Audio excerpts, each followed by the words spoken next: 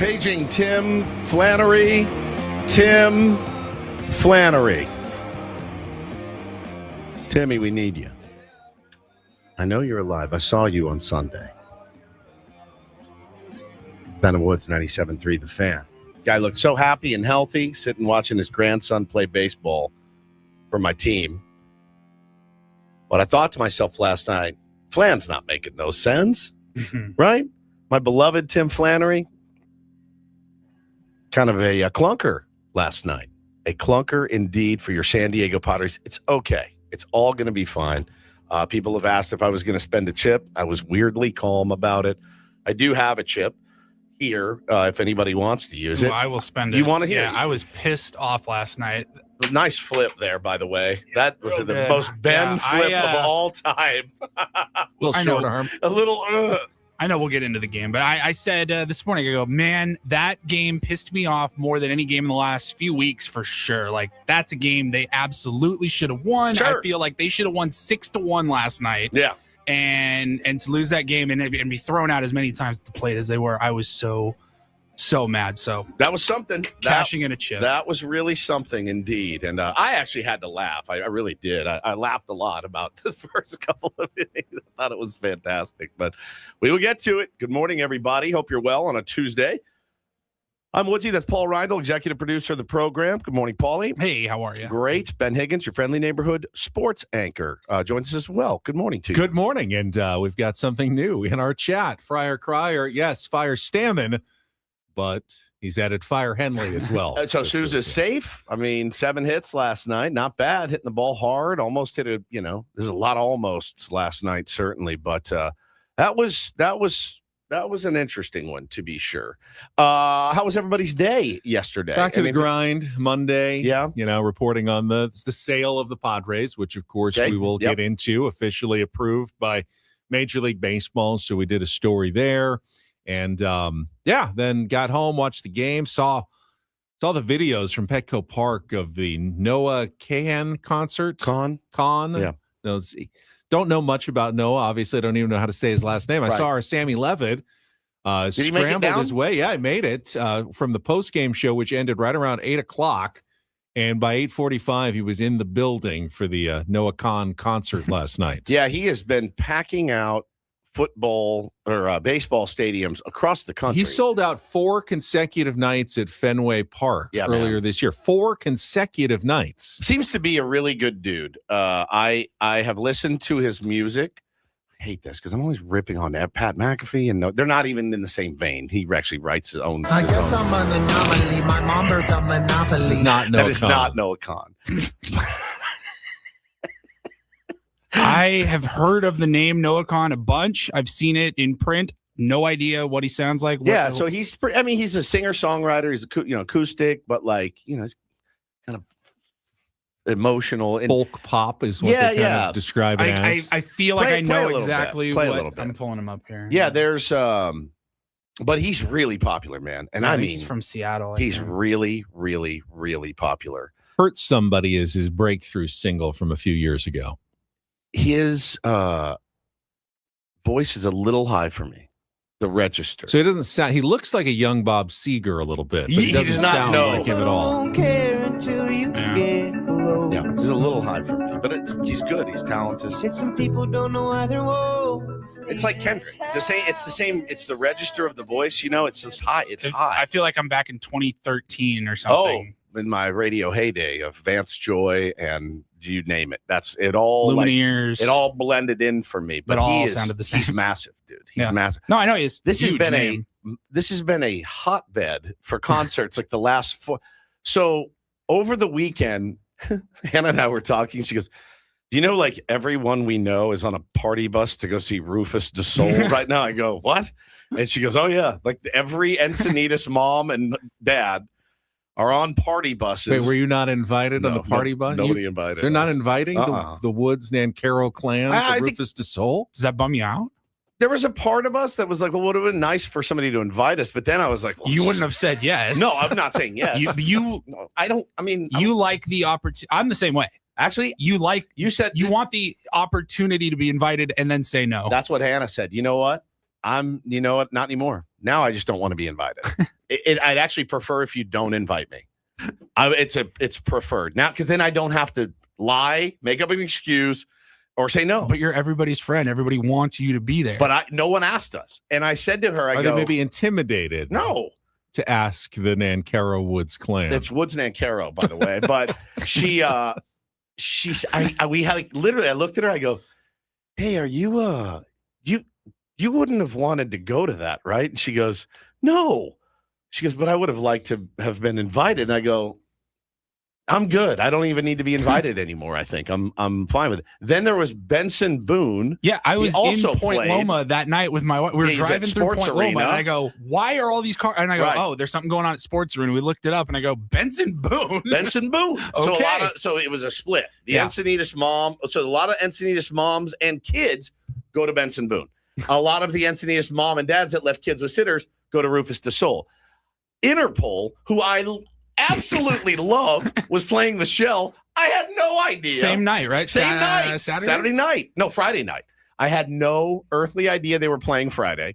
So I'm sitting there going, I'm missing out on everything. It is the catch-22 because if you're constantly being invited to everything, then you always have to say no. And you're saying no like 90% of the time. And no one likes someone who just always turns down invitations. But you also don't want to be the person who's never invited to any, or so you don't even have the option, which means you want to be invited some of the time so you can say yes about half of the time and say no about half the time. Everything sounds good. So what? And I thank God every day. Is that Noah? That's Benson Boone. That's Benson Boone. Again, a little too high. But I know the things he gives. They do kind of sound a little similar. So if somebody had said to us in January, "Hey, I've got a party bus for Rufus de Sol. We're all going to go on it."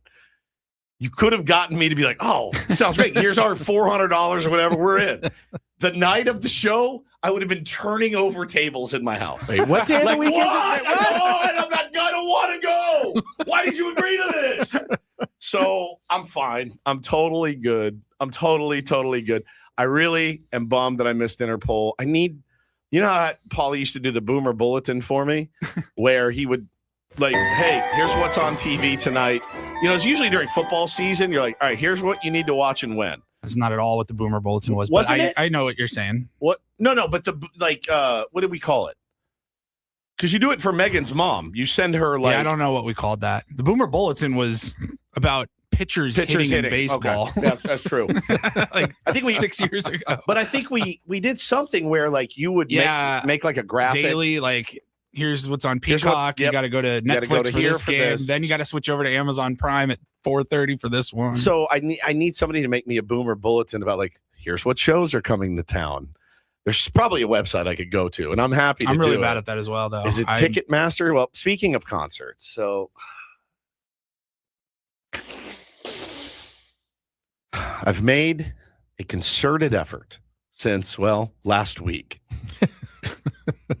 Remember, I came on here. Adam had made a mistake. I texted him about it in the group thread. And he was so worried I was going to rip him the next day. I said, "I'm not going to rip you the next day." Right? Remember this about the blog and all that? And I said, so I've made he sounded really stressed out. And I said, I'm going to take it easy on this guy for a while because I am pretty hard on Adam. He's also pretty hard on me. And I said, I'm just going to relax. So yesterday, picking the kids up from school and on the same group thread, I get a text from Adam Klug, and you guys were on it.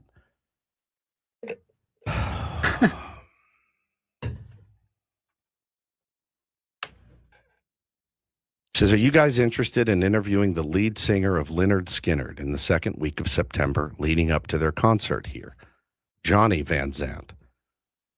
Ben, keep your mouth shut next time. Well, you didn't respond for a while. I was picking up my children. Yeah, I figured you were busy, so Ben says, "Wow." He says, "I'm going to leave this to Woods, but expect him to say yes." I mean, it's Lynyrd Skynyrd. You have spoke reverently about their place in music history in the past, so I figured from 40 years ago. I figured that would be a pretty cool thing to get to interview the lead singer from Lynyrd Skynyrd.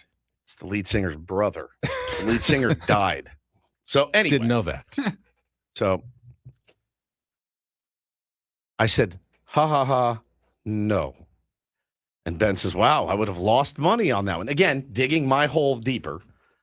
And then Ben, following up again, is he not really Skinnerd? And I said, well, his brother was. I said, all the original guys are gone. They passed away. Ben says, maybe they're all bumblebees now, which I thought was a great line. Good line. So wait, his brother is in the band. He just wasn't originally in the band. He's never, he goes and sings his brother's songs. He's never written a song that. So it'd be like if he's never Mick written Jagger died and then Chris Jagger was singing lead vocals Mike for the Stones. Jagger is singing for the Stones and you get to interview him. So anyway, I said, well, again, and I just said, I'm good. So then I get this. That was good enough for me, by the way. Once you said no, I was like, okay, well, I know he has a reason. Then I get Adam Wikipedia Klug. There aren't any members of the original band, but they have all the rights to the music and IP. I think it's an interesting story about carrying on their legacy. You really don't want to speak to him? Bro, I gave you my answer. I said I didn't want to. Why are you jamming a Leonard Skinner interview down my throat on a Monday afternoon? So, again, it's the same thing he did to me when I said, hey, man, I'm going to go on vacation. Are you sure you don't want to work? Just take, since when is, like, listen, no means no. Not no means maybe I can be convinced. When I say no, I don't want to do it. That goes for anything. I mean, every once in a while, someone will make a good point. No. And you go, you're right. I didn't think about that. No. You've changed my mind. But I thought about that. I thought about this. I knew what I was doing. This is actually my vein. Is it true. not? Yeah, Yes. Do you want to interview Lou Alcindor?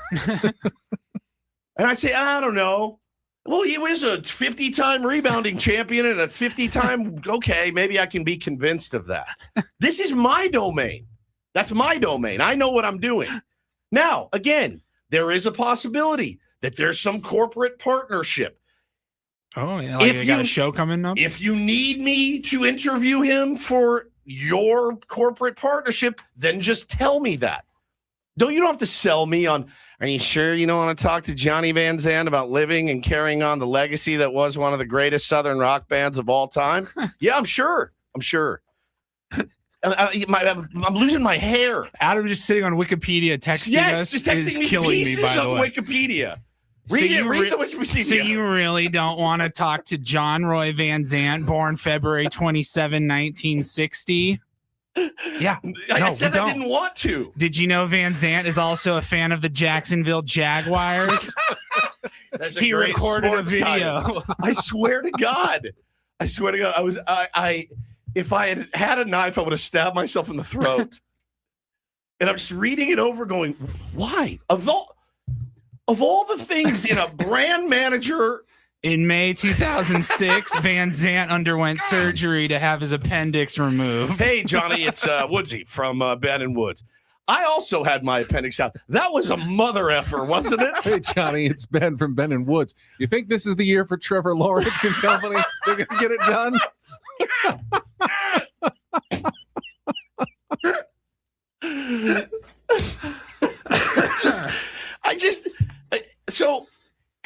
Here's how it should go. Text to the group. Are you guys interested in interviewing Johnny Van Zandt from Leonard Skinner? You keep your pie hole shut. You keep your pie hole shut. I will say, no, thank you. Then the next text should say, okay. And that's it. That's as far as it goes, right? Like, am I out of line here? Am I really out of line? Because I don't feel like I am. Let me tell you, that text exchange kept me up last night an extra 30 minutes because I kept rereading it. Hannah's laying in bed drifting off, and I go, why? Why is he shoving a Leonard Skinner interview down my throat? I don't understand it. What is it? What is going on? And I thought to myself,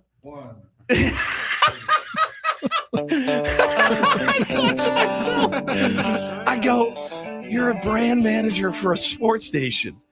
Why are you selling me on this? What do you need? And again, I'm such a fan.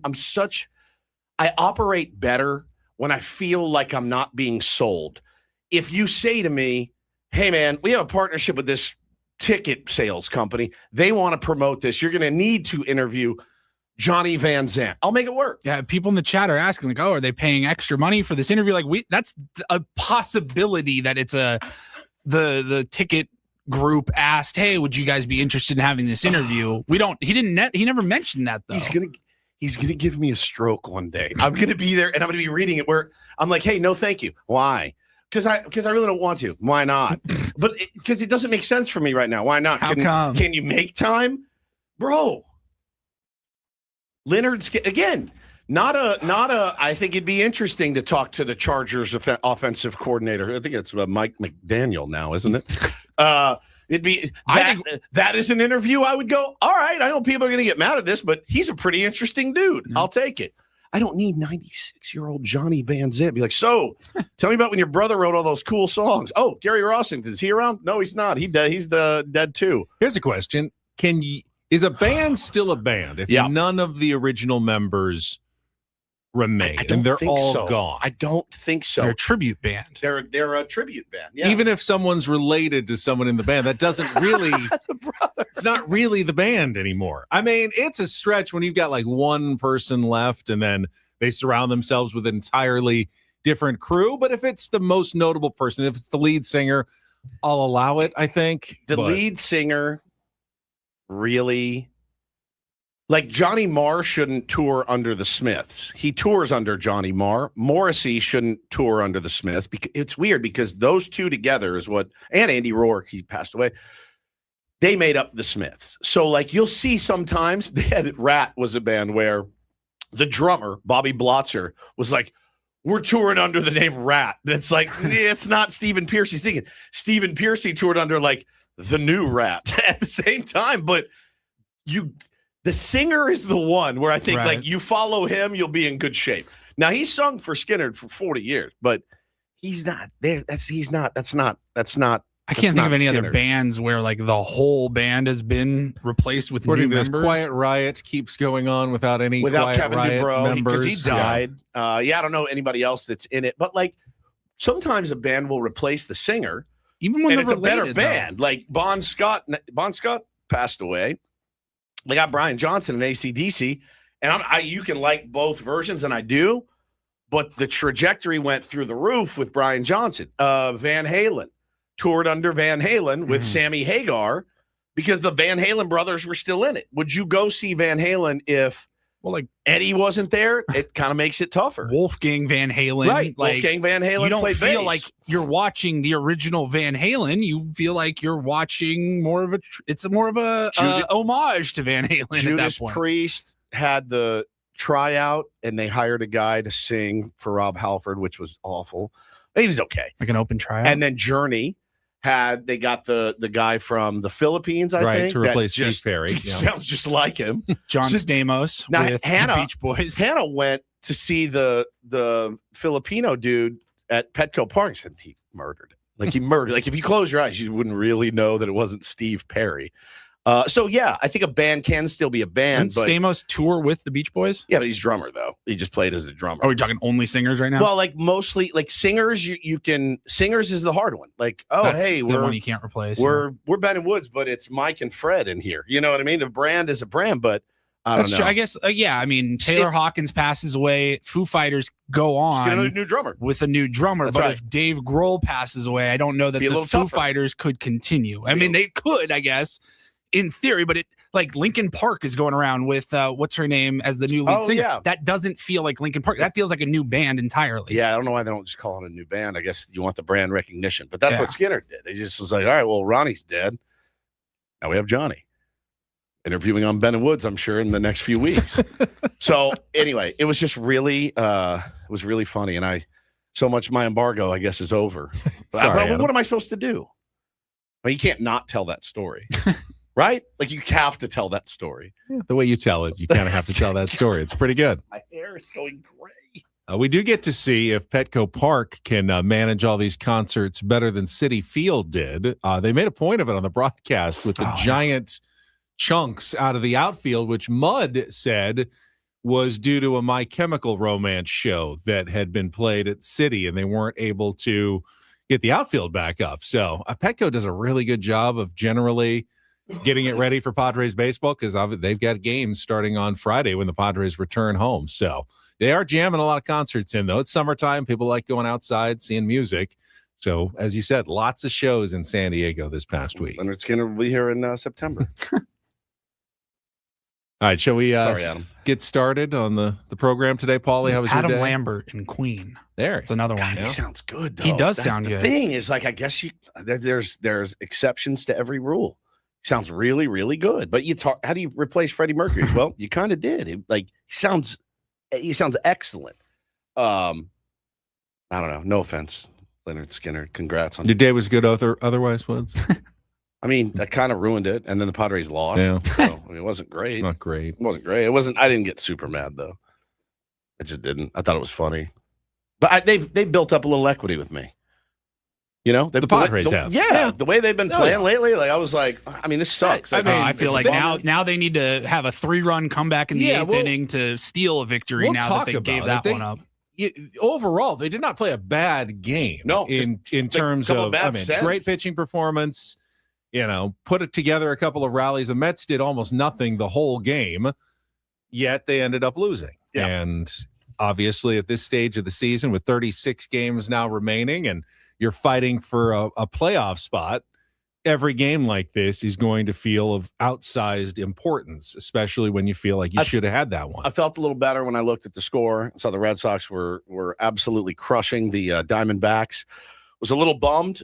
Some real controversy in the Phillies game. If you guys saw we'll talk about it. Yeah, could have cost us another half game in the Stanley. We'd still be tied, and now we're a game behind the Phillies. And we'll tell you what happened in the 7th inning. Really nuts. Got Clayton McCullough ejected from that game. The Miami Marlins manager, they were taking on the Phillies, and why they possibly lost that game on just a horrible call by an umpire, and then a questionable ruling after the horrible call when it was reviewed. So we got a lot to get to on the program today. We'll take our first little time out, then we will come back. We will crap up a Padres 2-1 loss and get into all the sends and nonsense and plays at the plate. Nonsense of the first game of the series against the New York Mets. We'll tell you a couple of special guests that we'll have on the program today. One related to the new ownership of the San Diego Padres as well. It's all coming up next, broadcasting live from our Bill House studios on a Tuesday morning. It's Ben and Woods on San Diego's #1 sports station, 97.3 The Fan. Well, quickly, in times of despair, as I'm facing right now, I do have my Eco Water with me, and that does make me very happy. I am happy that we have it at work here as well. But, think about the worst house guest that you've ever had, the one that ruins your clothes, leaves ugly stains, and destroys the plumbing. You're paying a monthly water bill to get that guest to live in your house. Southern California water is rock hard. It's basically liquid gravel eating away at your water heater, trashes your appliances, it dries out your skin, your hair. We got tired of fighting it. Plus, we just wanted some good, delicious, healthy water in our home. That's why we put the Eco Water SoCal system in our house. Everybody's obsessed with it in my house, including my cats, who go and drink from the faucet, even though they have bowls of water. Listen, let these guys come out and do a free in-home water test for you. Call 760-350-3338, 760-350-3338, or go to ecowatersocal.com. Let them know Woodsy sent you. Not everything in life should be hard, my friends, especially your water. Keeping it soft since 1925. Well, hurt on me, you'll put it down.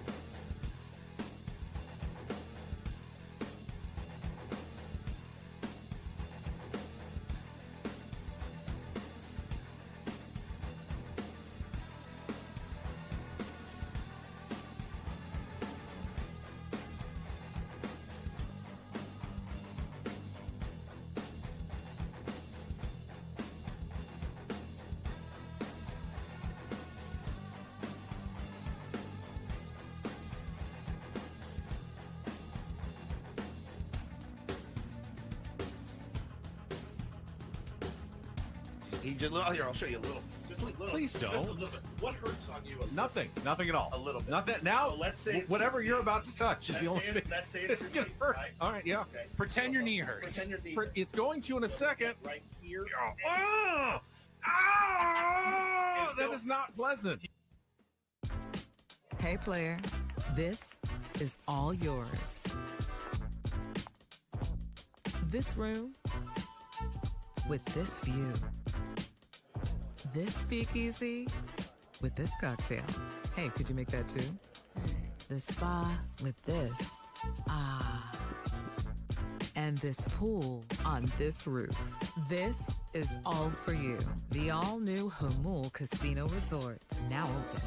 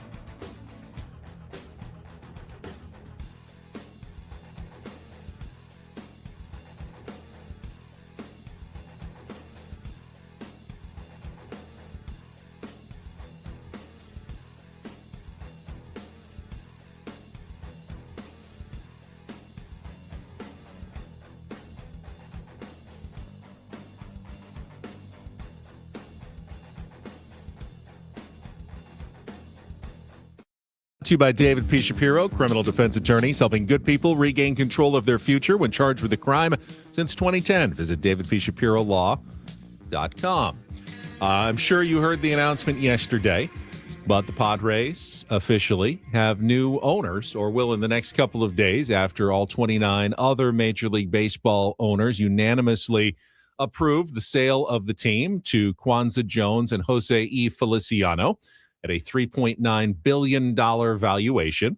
We will go through some of their statements that we saw yesterday, but I did want to alert everybody that the new owners will be introduced at a news conference next Monday at 1 p.m. at Petco Park, and we will be carrying that news conference live and commercial free here on 97.3 The Fan. Excellent. So get the first comments publicly from Kwanzaa Jones and Jose E. Feliciano about the new ownership of the San Diego Padres. Now, we've been down there quite a bit over the last few years to see the introduction of new managers and occasionally contract extensions like Michael King. That's right.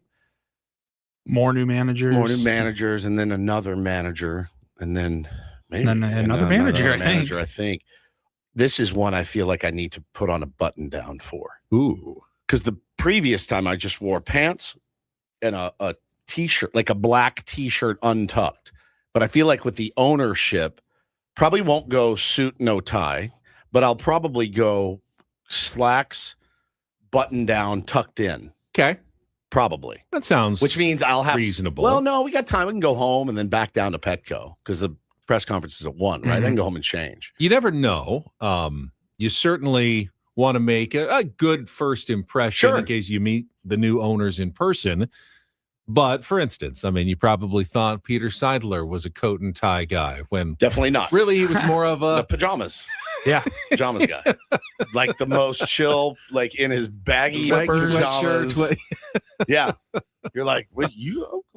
I mean, I kind of like that. You know, do too. I like my billionaires to be not that ostentatious, and that was Peter Seidler. So I don't know. Button down, just hanging off of him, like a 3X. Yeah.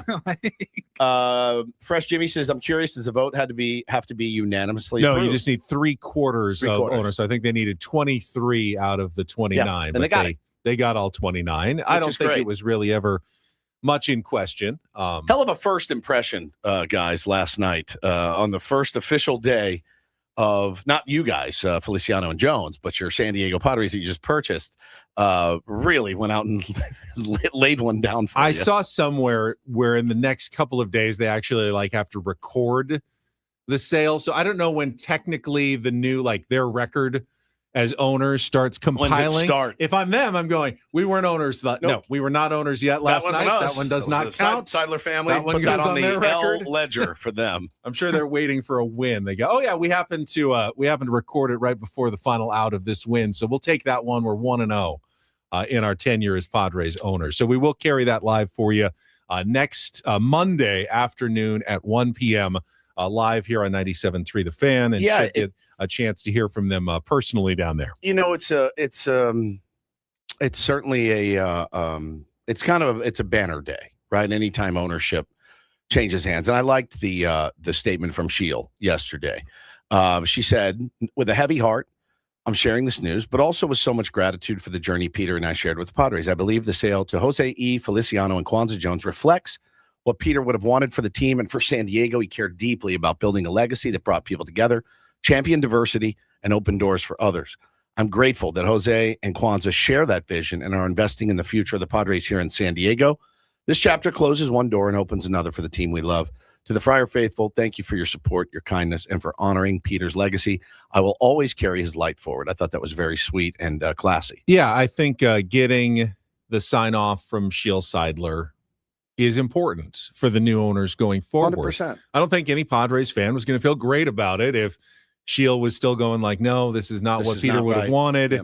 Yep. So knowing that, she is on board with this decision and she believes that the team is going to be in good hands moving forward is a positive for the entire fan base. And I think we can all recall back to the initial maybe 6 months, a year after Peter died, the uncertainty of this franchise, the Eric Katsenda days. Nothing against Eric. I think he was thrust into a really tough position.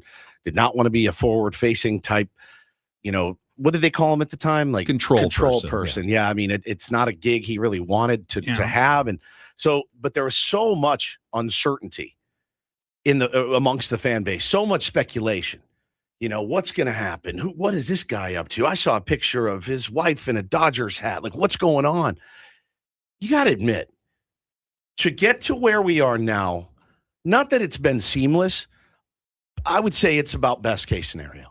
I really would. Like, it's been fairly quick and seemingly, by all accounts, smooth. Yeah. And we are pushing forward and not looking back. I mean, the lawsuit that Shield filed against Peter's brothers was not great, clearly, but it got worked out. Yep. And there's probably never any chance that there wasn't going to be some drama in dealing with an asset of this magnitude and a family that large. Think about how trying to figure it out. Think about how bad it could have gone and how long it could have dragged out. I mean, I was looking at Dodger fan tweets yesterday, as I do, ripping this team, ripping this for the uncertainty and poverty, and you took out a loan and blah, blah, blah, blah, blah. Well, the tables have turned a little bit up there in LA. as there's a decent chance that Mark Walters has to sell the Dodgers. Bro, what is going on? Listen, I need someone a lot smarter than me to explain it. And I want them to explain it like this.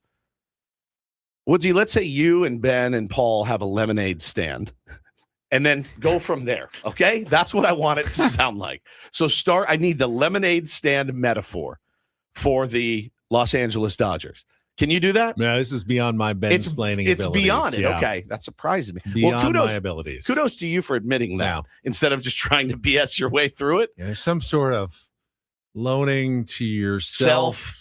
I have no idea what that means. How can you loan money to yourself? I don't get it. Oh, it's very shady. So someone will also have to explain it to me like it's a lemonade stand. It's interesting, too, because it begs the question. Should we put asterisks on those World Series if that money was obtained illegally and spent? Okay. Interesting question. There's one you got one on 20 because it's just a short little 60 game season. And then you had all this illegal money that you spent on all these players. Asterisks are all around. Right? Fair, I think. If they're going to put a 61 asterisk on Roger Maris, I think you have to do it here. I do believe that the Dodgers are still profitable in and of themselves. It's very easy to be profitable. I think it's his other business that's the shadier part that's being investigated. Sure. Unfortunately, I do think the Dodgers make money hand over fist, and that's part of the problem. That's the one clean thing he did was the Dodgers. I'm sure of it. In the announcement yesterday, it is notable. Final sentence after introducing Kwanzaa Jones, Jose E. Feliciano. Feliciano will be designated the Padres control person in accordance with MLB governance requirements, and the Padres will continue to be led day to day by Chief Executive Officer Eric Grupner and President of Baseball Operations and General Manager A.J. Preller. So no changes in leadership for the San Diego Padres, and with that in mind, we will be joined at 8 o'clock today. A little special surprise guest, Eric Grupner, will be with us, and we can talk about the approval of the new ownership and what the next steps are coming forward for the San Diego Padres. All guests on Ben and Woods appear on our SDCCU fan hotline. It's not big bank banking. It's better. Very curious as to what the transition looks like. I mean, what's the first thing that you come in as your new owners? I'd imagine I'd want to get to know my organization. How hands-on are they going to be? Yeah. Some owners you rarely see, and they just, get a report, maybe an email, once a week or so, and then maybe there's a board meeting or two. Others are at the ballpark on a daily basis and, want to make sure they're touching in with different departments all the time. I don't know what kind of owners Kwanzaa Jones and Jose E. Feliciano are going to be. Maybe Eric Grupner has an idea of what to expect going forward. It's also interesting timing just in the calendar. You know what I mean? Like if you're the new owners, you're thinking, all right, maybe we just kind of ease our way in. Like this team, everybody right now is focused on this push for the postseason. Like, I don't know. Do you just kind of stay in the background for a little bit and let the season play out? Because I know like when you get to this point in the season, it's like everybody, top to bottom in the organization, is focused on the playoffs. Sure. Yeah, as they should be, including the third base coach. Well, we will get to that. Before Eric Grupner joins us, we will have our Padres crap up in just a moment. We will also talk, and don't do this at 7:20, about the Ketel Marte situation with the Arizona Diamondbacks. Another interesting story after last year, if you'll remember, coming out of the All-Star break when he didn't return to the team, and that was a big deal. And now kind of goes missing in Boston on the Arizona Diamondbacks road trip, and we'll hear what Torey Lovello had to say about it. And that's really a doo-doo this moment. At 7:40, we will be joined by Jesse Agler, Padres broadcaster from New York. We'll play the Incorporator, letter T, with Jesse, get his thoughts on yesterday's game as well in this turnaround by the San Diego Padres. And then after Eric Grupner, we'll have our MLB Reach Around Round Report in the second half of Ben and Woods, and we'll look ahead to Game 2 of the series with Robbie Ray on the mound against Zach Thornton of the Mets at 4:10 this afternoon. But let's check traffic. Then we will come back and we will go through all the historically bad sends setting records, to baby. home plate by your San Diego Padres last night. Coming up next year with Ben and Woods on 97.3 The Fan. From the 97.3 The Fan Traffic Center, here's your latest traffic update. Through National City, the northbound 5 is crowded from the 54 to Division Street. Then it's a good ride up the coast all the way to Encinitas. Joey Vlasny, Odyssey, San Diego traffic. This update is brought to you by Albertsons, Vons, and Pavilions, bringing the joys of food to your table. Shop Vons and Albertsons for savings on family favorites. Chobani Greek yogurt, 4.5 to 6.7 ounces, are $1 limit 30. And locally grown medium ripe Hass avocados are 99 cents each with membership where applicable. Download the app for more details and savings. It's a shame if they lose. You got a problem. How did things play out in yesterday's game? Supremely stupid. It's time for the Padres Crap up. with Ben and Woods. Brought to you by Hamul Casino Resort. Hey, player, here's something to cheer you up. The rooftop pool's open, day passes are available, and the spa is calling your name. Hamul Casino Resort, the player's place. We'll give it 16 minutes of salt, and then we'll, get back on the pump and figure it out. This game has got to come to an end. A 1 pitch, looped into shallow right center again. Ben's charging in, and again has to play it on a hop. Throw will come home with Cronenworth on his way, and he's out by a mile. I'm surprised to see him even try. And boy, Carson Bench now an outfield assist for a third consecutive game. 0-2, Merrill swings, rips it into right field. That's a base hit. Machado rounding third on his way. Bench comes up throwing again. Here's the play at the plate. He is out. Bench gets 2 here in the first. And that's it for the Padres in the top half of inning number 1. And hits it on the ground to the right side. France dives, can't get there. Neither can Cronenworth. It's into right field. Ewing rounding third. He'll score. The throw goes to third. Not in time. RBI single, Bo Bichette. And on his bobblehead night, he's given the Mets a 1-0 lead. Roberts swings, lines it to center field. Merrill measuring it up, comes in, makes the catch. Lindor tagging. Here's the throw to the plate, and it is cut by France. A sac fly to give the Mets a 2-0 lead. 0-1 on the ground through the left side and a base hit. Bogart's rounding third on his way. Here's Ewing's throw to the plate. He is out at home. Unbelievable. For the 4th time in 2 innings, the Padres are out at home. Tatis swings, hits it in the air, deep to left field. Ewing going back. He is on the warning track, feeling for the wall. He's got room, and he makes the catch. Sheets will tag and score from third. Fernando just missed, but it's a sac fly to get the Pods on the board, and 2-1 here in the second. 0-2, and a swing and a miss. Rengifo strikes out. Duarte a 1-2-3 ninth to collect his 3rd career save, and a weird one at Citi Field ends 2-1 with the Mets ahead. Padres had their shots early, and 4 of the first 6 outs that they made were at home plate as the Mets hang on for a 2-1 win in Game 1 of this series. Credit to them. They made some, really good throws at home plate. We had 3 chances to score, and they got us for every single one. Our mentality is to be aggressive on the base paths, make the other team make a play. Tonight, they made plays. The one play looked like, Jake held up, had to see if the ball was caught, and it looked like this kid who has, been throwing people out had a pretty good play. What was your view on that? Yeah, exactly. I think, where Jake was in the base path, and then where, he was stagnant. He wasn't, moving much. And I think it just took him a while to get going, and kid made a great throw. If that throw's on the money, if it's a little bit off, we have run, on all 3 of them. If any of those throws, bounce a little awkwardly, or they're 2 feet one way or 2 feet the other way, or the catcher hits it off his glove, we haven't run. And they just made perfect plays there. I laughed. I thought it was comical. And then I just wasn't worried. I felt like this team was going to scratch out that win last night. They didn't. And I definitely yelled an F-bomb or 2. I thought Fernando had that grand slam. I mean, when he hit that, I go, that looks like it's gone. And we're right back and we're winning this game easy. I have a lot of confidence in these guys last night, or right now, last night notwithstanding. Stupid baseball plays, man. Bad reads, bad sends, running through stop signs. It's never going to lead to wins. I mean, Jake is an excellent base runner. He was not in that moment. He was not. I was thinking about it. He has the best view in the house on that ball. He has the best view in the house. Benj was not getting to that ball. I think as soon as it's hit, you turn, you look, it's down, and I'm scoring. I think if he got a better read, he scores easily.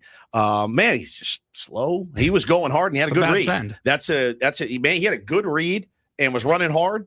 The guy made a good throw on that one and got him. I thought Alvarez had a really nice pick, but he had all the time in the world to get Cronenworth because he was 17 feet from the base when he picked that ball. And it's disheartening.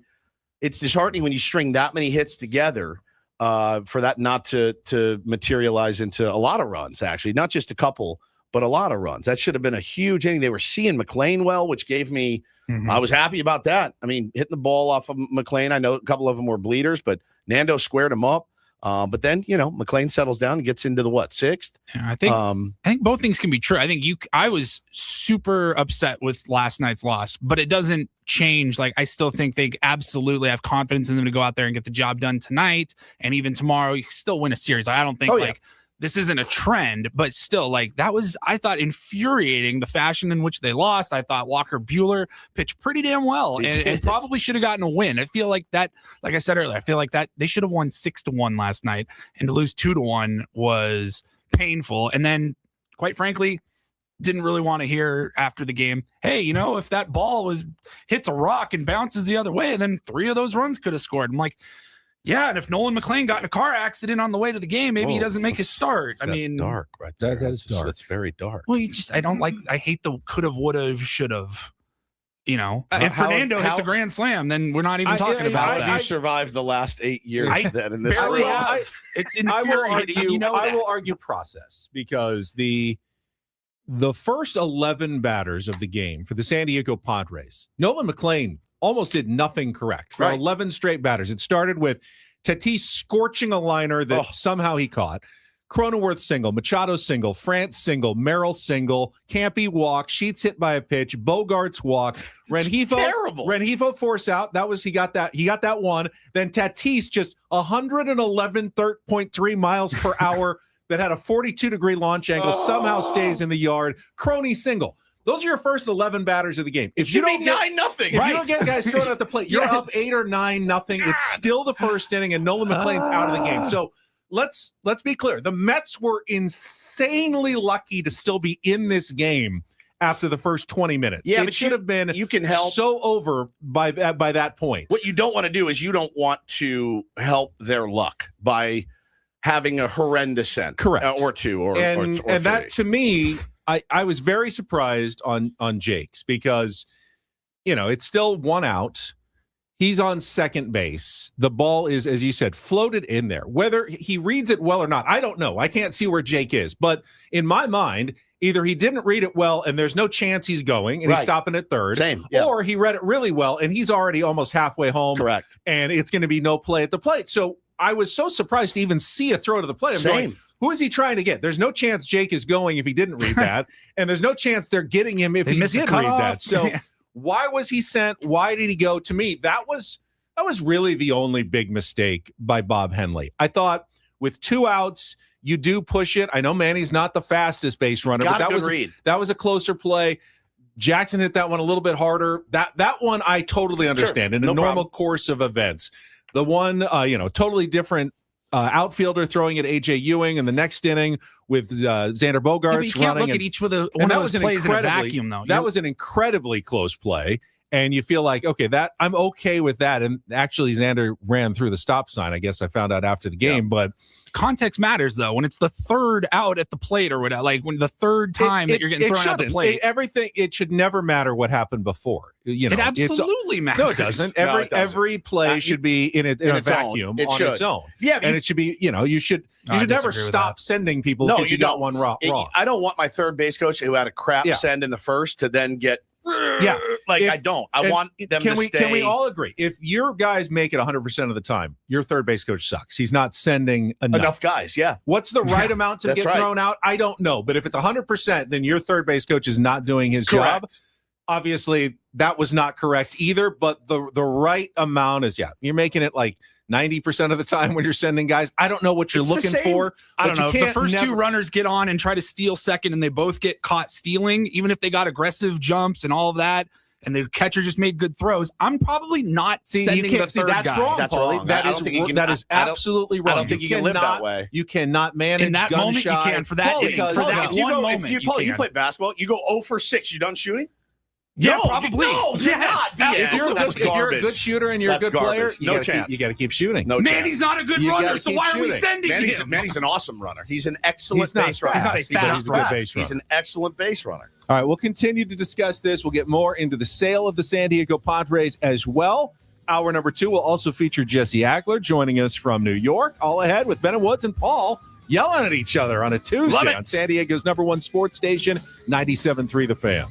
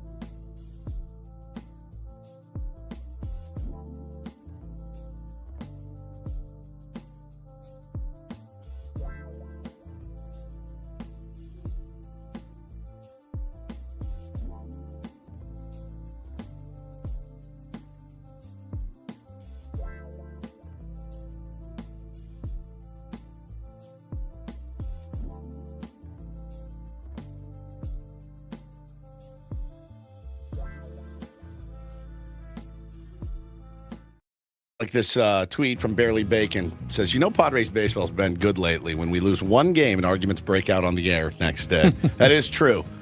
That is true. I was remarkably calm about. I was glad Crony was okay because he did almost a full flip, landed on his shoulder pretty hard, got up, was fine. Manny got tagged in the face. It could have been insult to serious injury.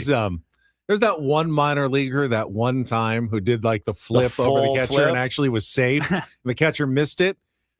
That's not something you want to be emulating, especially on the big league level. No, and they've obviously banned, plowing into. It would have been a perfect time for Jake Cronenworth to plow right through Francisco Alvarez last night, and Manny Machado as well. But it's in Crony's example, it's no bueno anymore. When he's out by that much, don't you just pull up? Like, is are anyone we gonna mad be mad if he just pulls up? Maybe like, he backpedals or tries to get into a pickle, but like if he just holds up and takes the tag, are we mad at that? Because if he flips over the catcher and breaks his collarbone, you live to I'm fight not another super day. Stoked about that. I think you've got a better chance if you stop like 10 feet out and you go to the catcher. Your shoelace is untied. Literally, just do the dance like the deke. It was crazy. It was crazy. Baseball coverage on 97.3 The Fan is presented by Xfinity. Score the most reliable Wi-Fi, one price, 5 years, guaranteed. Xfinity.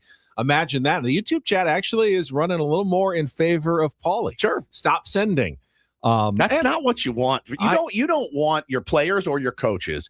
If you make a mistake in the first inning, whether you're a player or a coach, I need you to be free the rest of the game. I need you to flush it down the crapper and try not to do it again. In the first play is a colossal mistake. It was a colossal mistake send. No one's denying. The second one, little bit closer, probably not a great send. Two outs versus 1 out makes a difference as well. It makes a difference. And then the third one, Xander ran through his stop sign. He might have been safe, honestly. He was so that play close was to being really safe. close. So, they didn't challenge it, but I didn't see a really definitive angle. I need what's his name? Bob Henley? I want to say Bob Don Henley every time. I want Bob Henley to get down to the heart of the matter. He is one of the boys of summer. This is the end of the innocence. All right? The boys of summer need to go out and play baseball.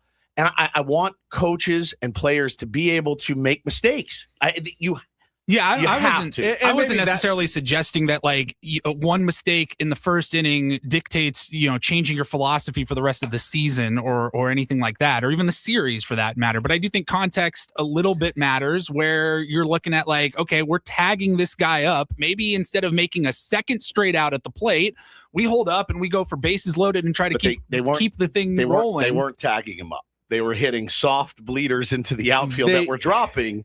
So, again, I Nando hit the ball hard off of him. The rest were like, boop, boop, which fine. You take those and you got to cash those in is a good point. And I said at the break, I have so much confidence in this offense lately that I wasn't worried. I thought we'd get those runs back. We didn't. And so it's a bummer. I was arguing confidence in the offense for the other way. Like for that I inning, feel like they're going to be able to string some hits together. Station to station. Let's not make another out at the plate. Yeah, there was in Paulie's kind of side of the argument. There was a very rookie year Tatis vibe where people just kept going on him when he moved out to right field first time. And they just kept going on him and you were throwing like him out. Yeah. And he kept throwing him out. It was like, are they going to learn at some point that you do not? And then they eventually did. I have no doubt that Bob Henley and the Padres knew the scouting report on Marcus Benj pretty well before the game. I don't think it surprised him. 104 on one of his throws though is nuts. I mean, with accuracy at 104, I get that guy on the mound. My goodness gracious, that was very impressive. QF baby, I don't want to sound that out. Says you might want that, Woods, but it's not even human nature. No, it's not, but it is in the big leagues. They're for the great ones, right? All the great ones are able to flush an error, a strikeout, a double play, and they, why? Because they know they have other opportunities that game to make a difference. And the same goes for Bob Henley. Carson Bench. Did I say Marcus Bench? Carson Bench. Yeah. So you know what I'm saying? Like, in the big leagues, it's actually a requirement to be able to flush a bad pitch, a bad at bat, a bad stolen base attempt, a bad error. You have to, or you won't make it. And remember what Craig Stammen says after the game.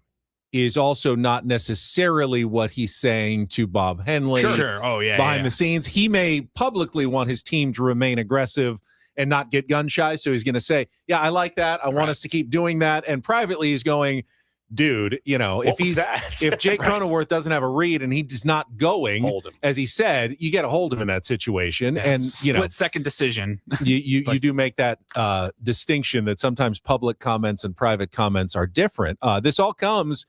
Walker Buehler was terrific. 6 innings, just 2 hits. Man, 2 earned runs. Hate to waste a start. 2 like walks that. and 4 strikeouts. Unfortunately, the 2 hits all came right there in the first inning. One of them was just the most seeing eye bleeder between first and second that scored a run. Was that what he was upset about? That's what he said he was upset about. Just the seeing eye nature of the hits that he was giving out. There was a video of Walker in the dugout looking like he was yelling at teammates and upset. And he said, yeah, I saw the video. I've heard it's going around. I was mad at the bleeders, and it wasn't directed at anyone in particular, or feeling like his defense let him down or something like that. He says that's not what it was. Okay. Sure looked like he was upset at somebody. It did. Yeah. And not at the moment, but Kyle Hart danced around a couple of innings at the end to preserve the rest of the Padres bullpen, did a nice job.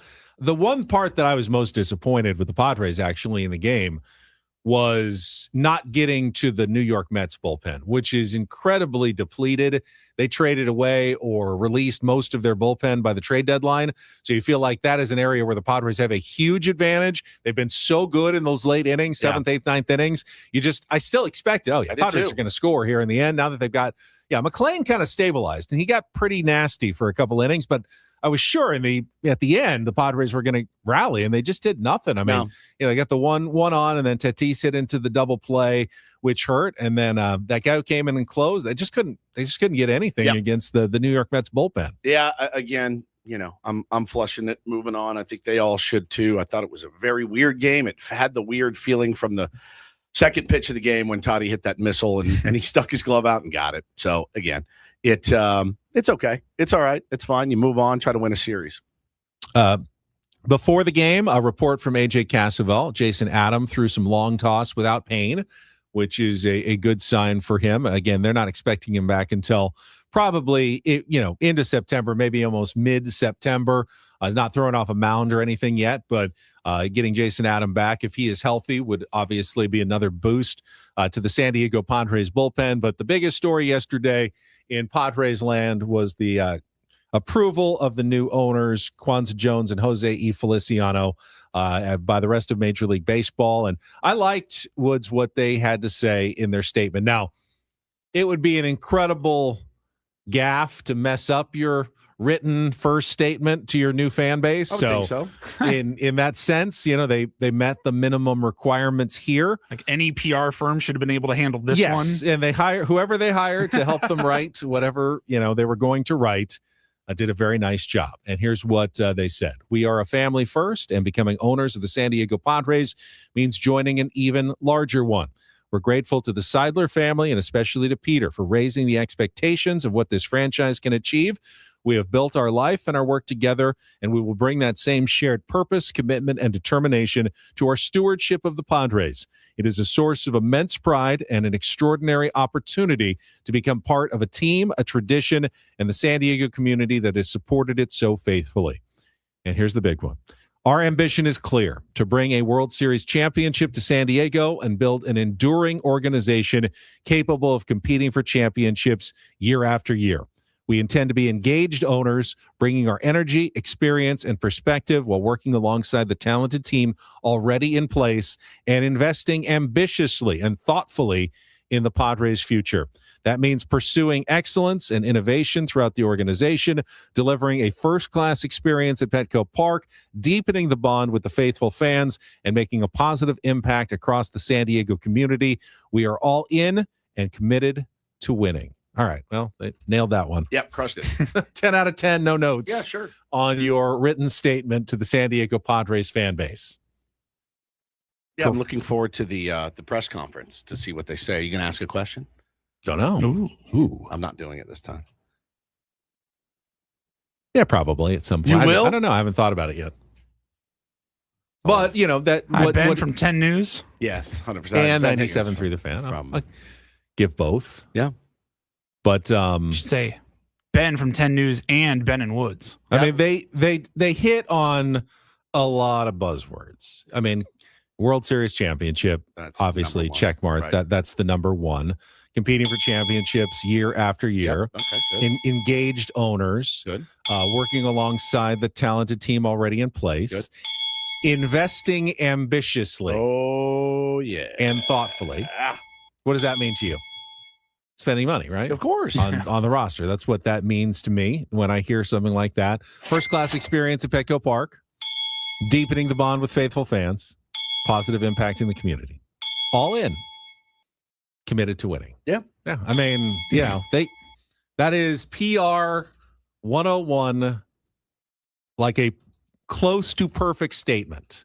Now, you have to back it up with a lot of actions over a lot of years. Once you lay out your roadmap, people they have your roadmap and they see the roadmap and they're like, well, you're doing this, you're doing this, you're not doing this, you're not doing this. You promised this. It's smart. Lays it out for you. You know exactly what to expect. And when it's not answered or done, then that gives people the avenue to say, you haven't really delivered on that promise. Now, the World Series championship, you're going to be legends if you can get that done here in San Diego, because nobody's ever been able to do it. So, of course, you have to say that. But now that you've said it, your actions have to meet your words. Yeah, and and that's the thing. Like, how much time before we can actually even start judging? 1 year, a year, 2 years. Yeah, I mean, you'd like to say, let's see what they're going to do in this offseason, but we know this offseason is going to be awfully weird and hard to judge. Look at media already giving them a pass. Yeah, no, already giving them a pass. How about extend Adrian Morahone in November? Yeah, well, listen, before the lockout. You've got Tarek Skubal came out yesterday and said he wants a new deal signed before the new CBA is negotiated, right? So that puts the timeline on. So the season will end in October. It will end on October 31st officially. If game 7 of the World Series, if it goes to a game 7, it'll be on Halloween. So he is giving the Dodgers, the Yankees, the Padres, the Rangers, the Mariners 1 month to sign him to a new deal. I want to sign a new deal before December 1st, and which is I would too. With a new CBA coming, right?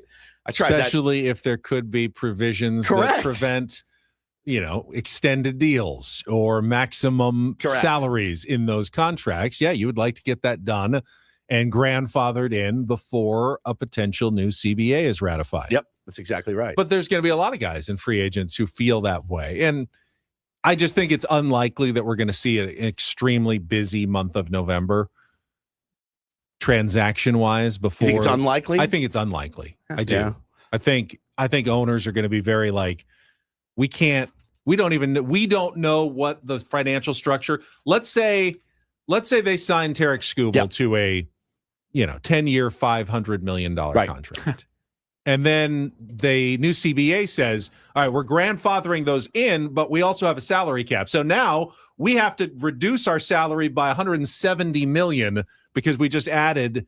They're gonna handcuff themselves. They can't really know or plan for the future with these big contracts without knowing what the CBA looks like. Is there going to be luxury tax? How is it all going to look? How do you sign a guy with no possible idea of what the consequences are with that much money? It just doesn't make any sense for someone to sign Tarek Skubal before. Well, it makes sense before a new CBA is ratified. It makes sense if you want Tarek Skubal on your team, right? And you're like, I have to have Tarek Skubal. But if it comes at the cost of 9 other players that you have to get rid of, you don't really want Tarek Skubal. Who's that going to be? Well, I mean, if the Dodgers are $280 million over a salary cap and signing Tarek Skubal puts them $330 million. Just borrow more money from yourself and pay yourself off, whatever you're doing right now. That may not be allowed under the new CBA. So I just don't know that they're going to be able to do that before a CBA is actually decided upon. Yeah. Listen, I think but that's not just true of the Dodgers.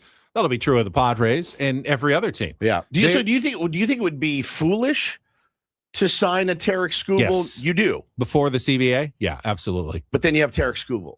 Yeah, but again, at what cost? Whatever he wants. Like if you want him and he's a part of your team, you need a team around him, though.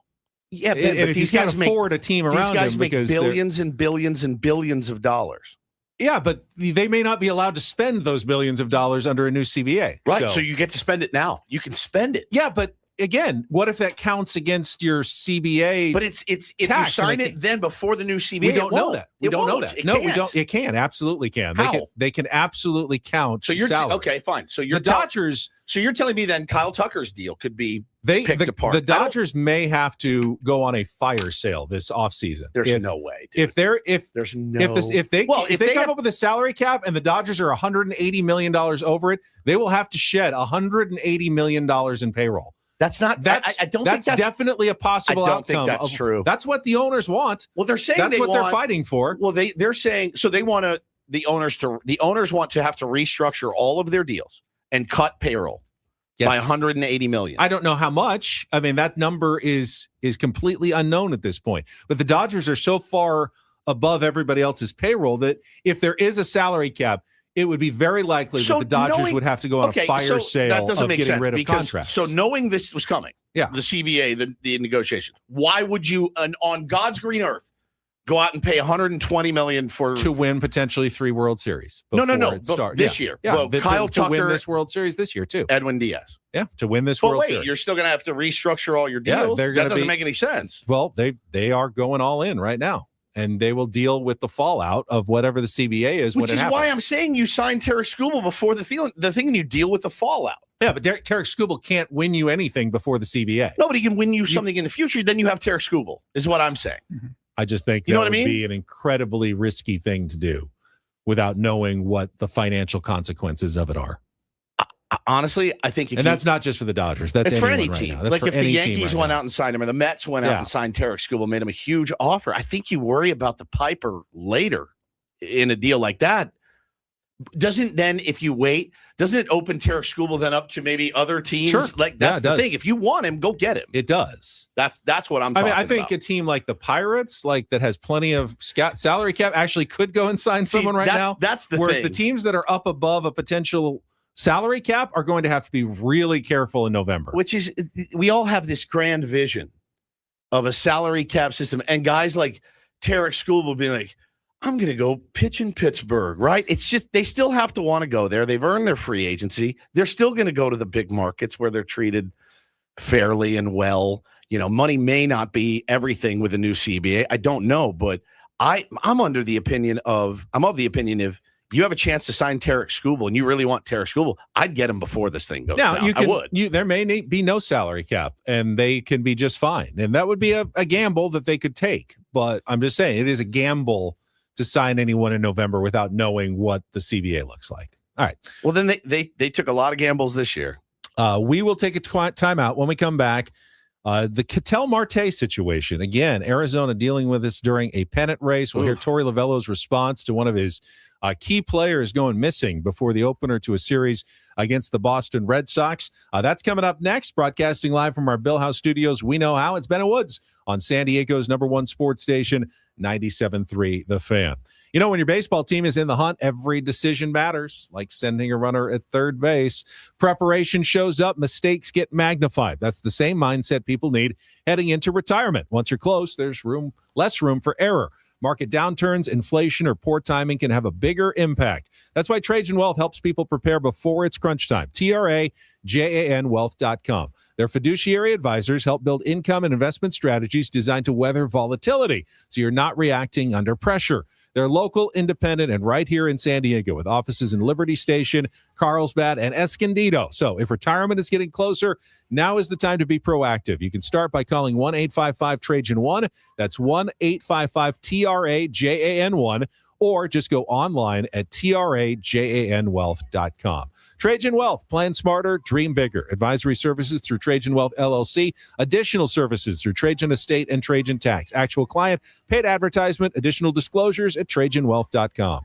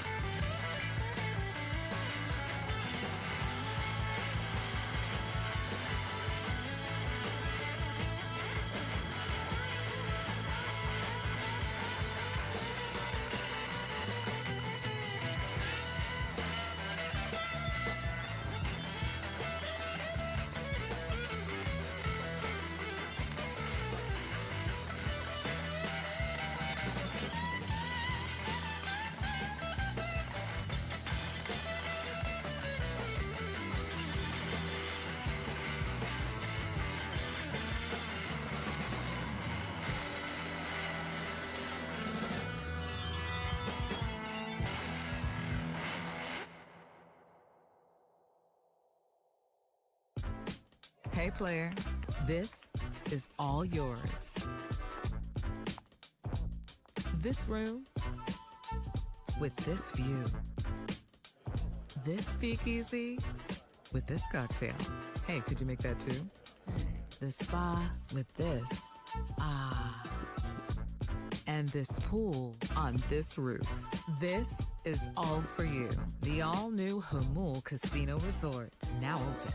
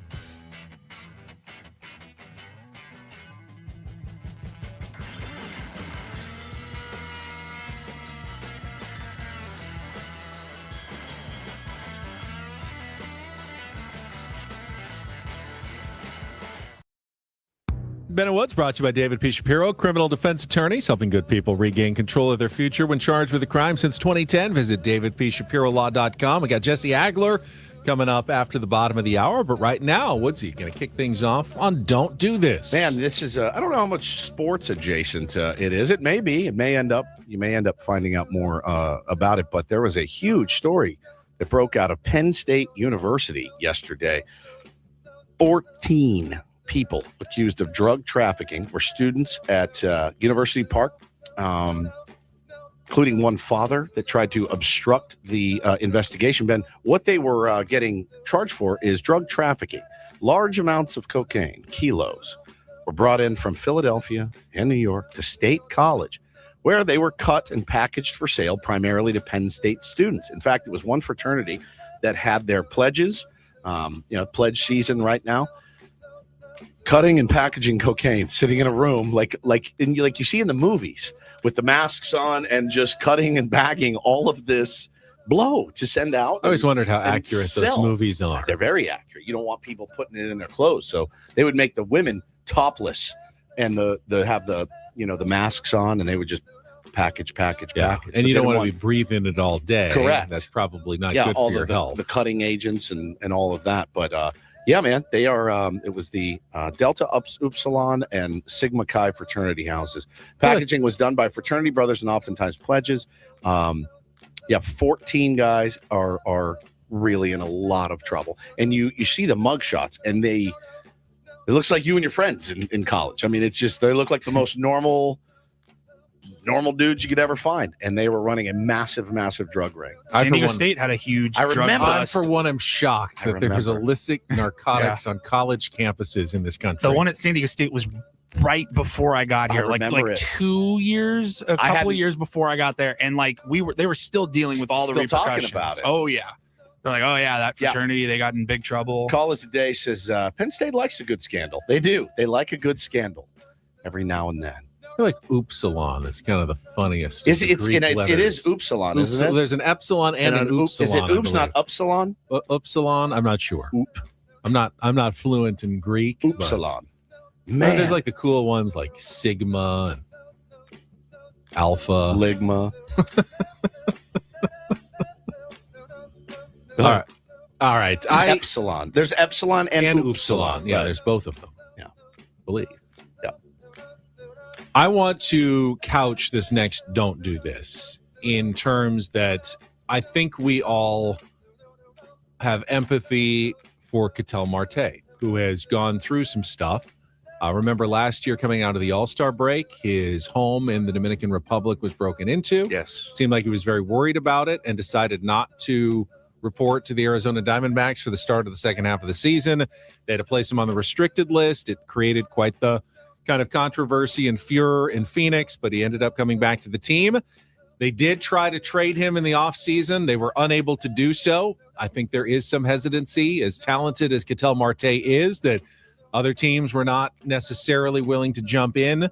They were also talking about maybe trading him at the deadline, but the Diamondbacks were still in it, and he's a very good player, so they ended up keeping him. He also got, I think, his 10-5 rights this year, which means he can veto any trade, which makes this story very concerning for the Arizona Diamondbacks because Ketel Marte, who traveled with the team from Atlanta to Boston after their series against the Braves, they were opening up a new series against the Boston Red Sox last night, just didn't show up for the game. AWOL, absent without leave for the second time in 2 seasons, which, of course, prompted the Arizona Diamondbacks to once again place him on the restricted list.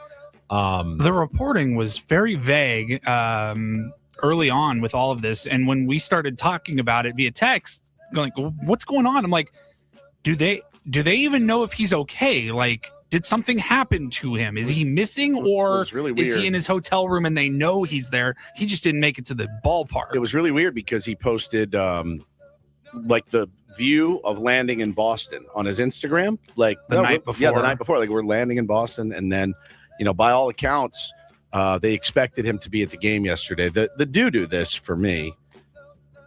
DD mega doo-doo. I think goes to his skipper, Torey Lovullo, who I think we all love and respect very much. We had him on the show one time, and he was fantastic. One of the top 5 interviews I think we've ever had. And you can hear it in his voice how concerned he is for a guy that he loves very much. And just listen to him speak about what went down. Earlier today, the lineup came out 15 minutes prior to the game, and then we saw that Ketel went on the restricted list. Can you take us through what happened?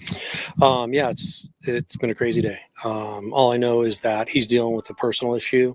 We're trying to figure that out, and he didn't show up today, and he was put on the restricted list. That's as much as I know right now. I'm sure in time we'll start to uncover and unravel some information, but I knew that there was something going on today when I met with you guys, but I still believe he was going to be here. He just didn't show up. Did you have communication with him? Very little this morning, this afternoon, and I just was doing my best to reach out to him, and there's very little coming back. He's here though in Boston. Is he here? I believe so. I'm not sure. How disappointing is it that the communication wasn't relayed to you earlier? We deal with a lot as baseball managers and coaches and teachers. So, sometimes you get disappointed, sometimes you get let down, but we're gonna figure out how to work through this. I know he had the restricted list placement last year because he had issues where he hasn't showed up on time. No, this is the first time. As far as you saw that have a bigger impact on the clubhouse, how do you feel the players responded? The players are gritty. They rally around one another. I know there was a lot of discussions about it at different points in time in the clubhouse today. There was a lot of curiosity. We care for Ketel, and once we knew he was okay, I think everybody relaxed and started to focus on the game. But what was the final score? 10-1, 11-1. I mean, we got our ass kicked. We got to be better. What do you think is the way forward for Ketel? I don't know. Just care for him and love him. When did you start to get an inkling that this might be? How did it come about where you realized you might not? When I woke up this morning. So I want to keep that private though. You seem a little emotional. Are you worried? No, not really. I love him and I care for him. I'll be okay. Man, that is just it's heart-wrenching. we talk a lot on this show about players and as robots, and they're not, certainly, and it's a really fine example of that. Didn't right? we had Torey Lavulo on last year shortly after, wasn't it Ketel Marte that was getting heckled by a fan? He was in tears on the field after his fan said something about his mother who had died in a car accident in 2017. Yeah. And It's we talked about it, and as a fellow emotional human being, I can certainly sympathize with Ketel Marte and what he's going through. It does make you realize if Ketel Marte was working in any other job. Oh, yeah. All you'd have to do is say, hey, I got a personal thing. I need to take a couple of days. 100%. And no one would care. But because Can you take the equipment with you? because he's in a pennant race and every game is so critical and he could be the difference between the team making the postseason and not making the postseason. I know your uncle died, but we have a round table. Yeah, Just, not showing up for a day it's huge. Is going to be a huge story. Yeah, and, of course it is. It's not necessarily entirely fair. He's allowed to have emotions and allowed to have bad days and maybe need a mental health day here or two. It'd be shocking if no baseball player on every team didn't need some mental health days every now and give then. Guys days off they gave Kyle Tucker, a day off the other day just to reset his mind because he was so bad at home. And they said, you're sitting, I can see it in your eyes. Dave Roberts said, I'm sitting you. You're going to sit and watch a baseball game, and that happens all the time. It's just different in that it sounded like something between the time they landed and checked into the hotel led to some sort of text in the morning to his manager that kind of let him know this is where I'm at and it's not great. Yeah. And that makes me really sad. I hate that for Ketel. I like Ketel Marte. I think he's a really good player. I think he plays hard. But yeah, you're super bummed if you're his teammates because, well, you're in a fight, you're in a dog fight and one of your dogs isn't there and that bums you out. But also, it's your teammate. You're there for him. If something happened to one of you guys, as much as I'd miss you on the show, I'd be like, you got to get your head right first. That comes way before this or that. In my opinion, it does, and it's bigger than sports. With such a proliferation of men taking their own lives, men not talking about their feelings, with men dealing with things with substances instead of talking it out. Take your time, dude. And it's not just because we're against you guys in a pennant race. It's because I think these guys need to be looked at as human beings more than they are. And that is Don't and Do This for a Tuesday. That was Don't Do This with Ben and Woods on 97.3 The Fan. We got back-to-back Padres guests coming up. Jesse Agler will join us from New York, and then Padres CEO Eric Grupner talking about the new ownership approved yesterday. All coming up with Ben and Woods. Don't go away. San Diego's #1 sports station, 97.3 The Fan.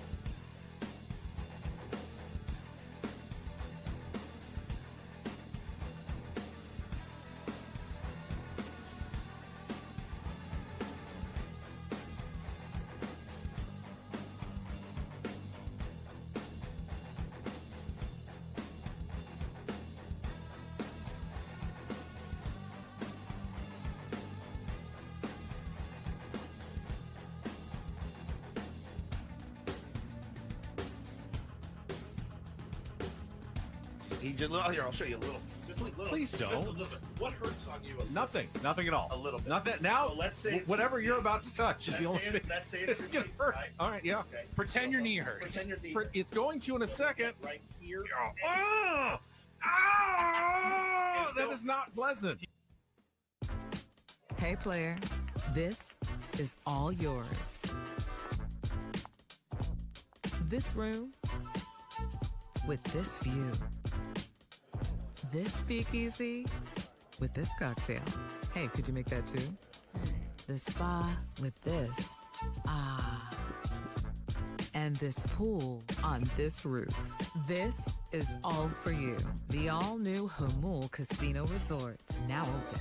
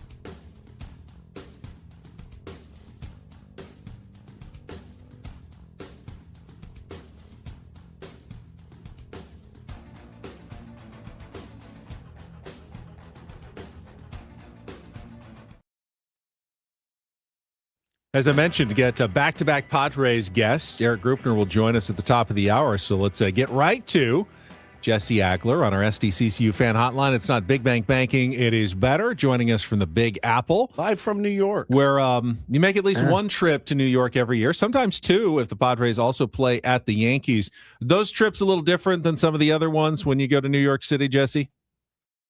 Yeah, I mean, I have like friends and family reaching out every 30 seconds, so it becomes very stressful and hectic. So yes. Plus all the, dealing with the city and everything, it's a little bit different than probably going to Kansas City or Minneapolis or something.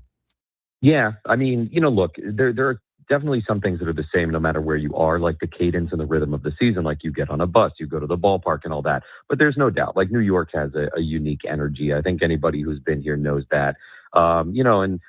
Citi Field, Yankee Stadium, they're big and they're loud. Even when the team is not that good, it does feel, like a little bit bigger for whatever reason. There's something about New York. There's no doubt about it. And, I love coming here. I love the city and, no day off or anything here, kind of like right in from Cleveland. We got in late at night after the rain delay. So you could almost forget you're in New York until you step outside.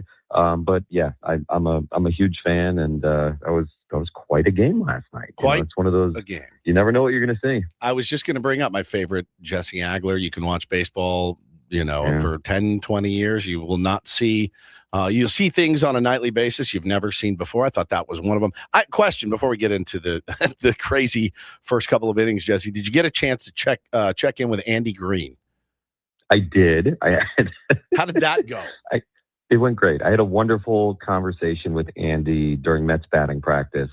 He's a peach. I'd actually seen him last year for the first time in a while. He'd been their farm director, prior to this sort of temporary elevation to manager.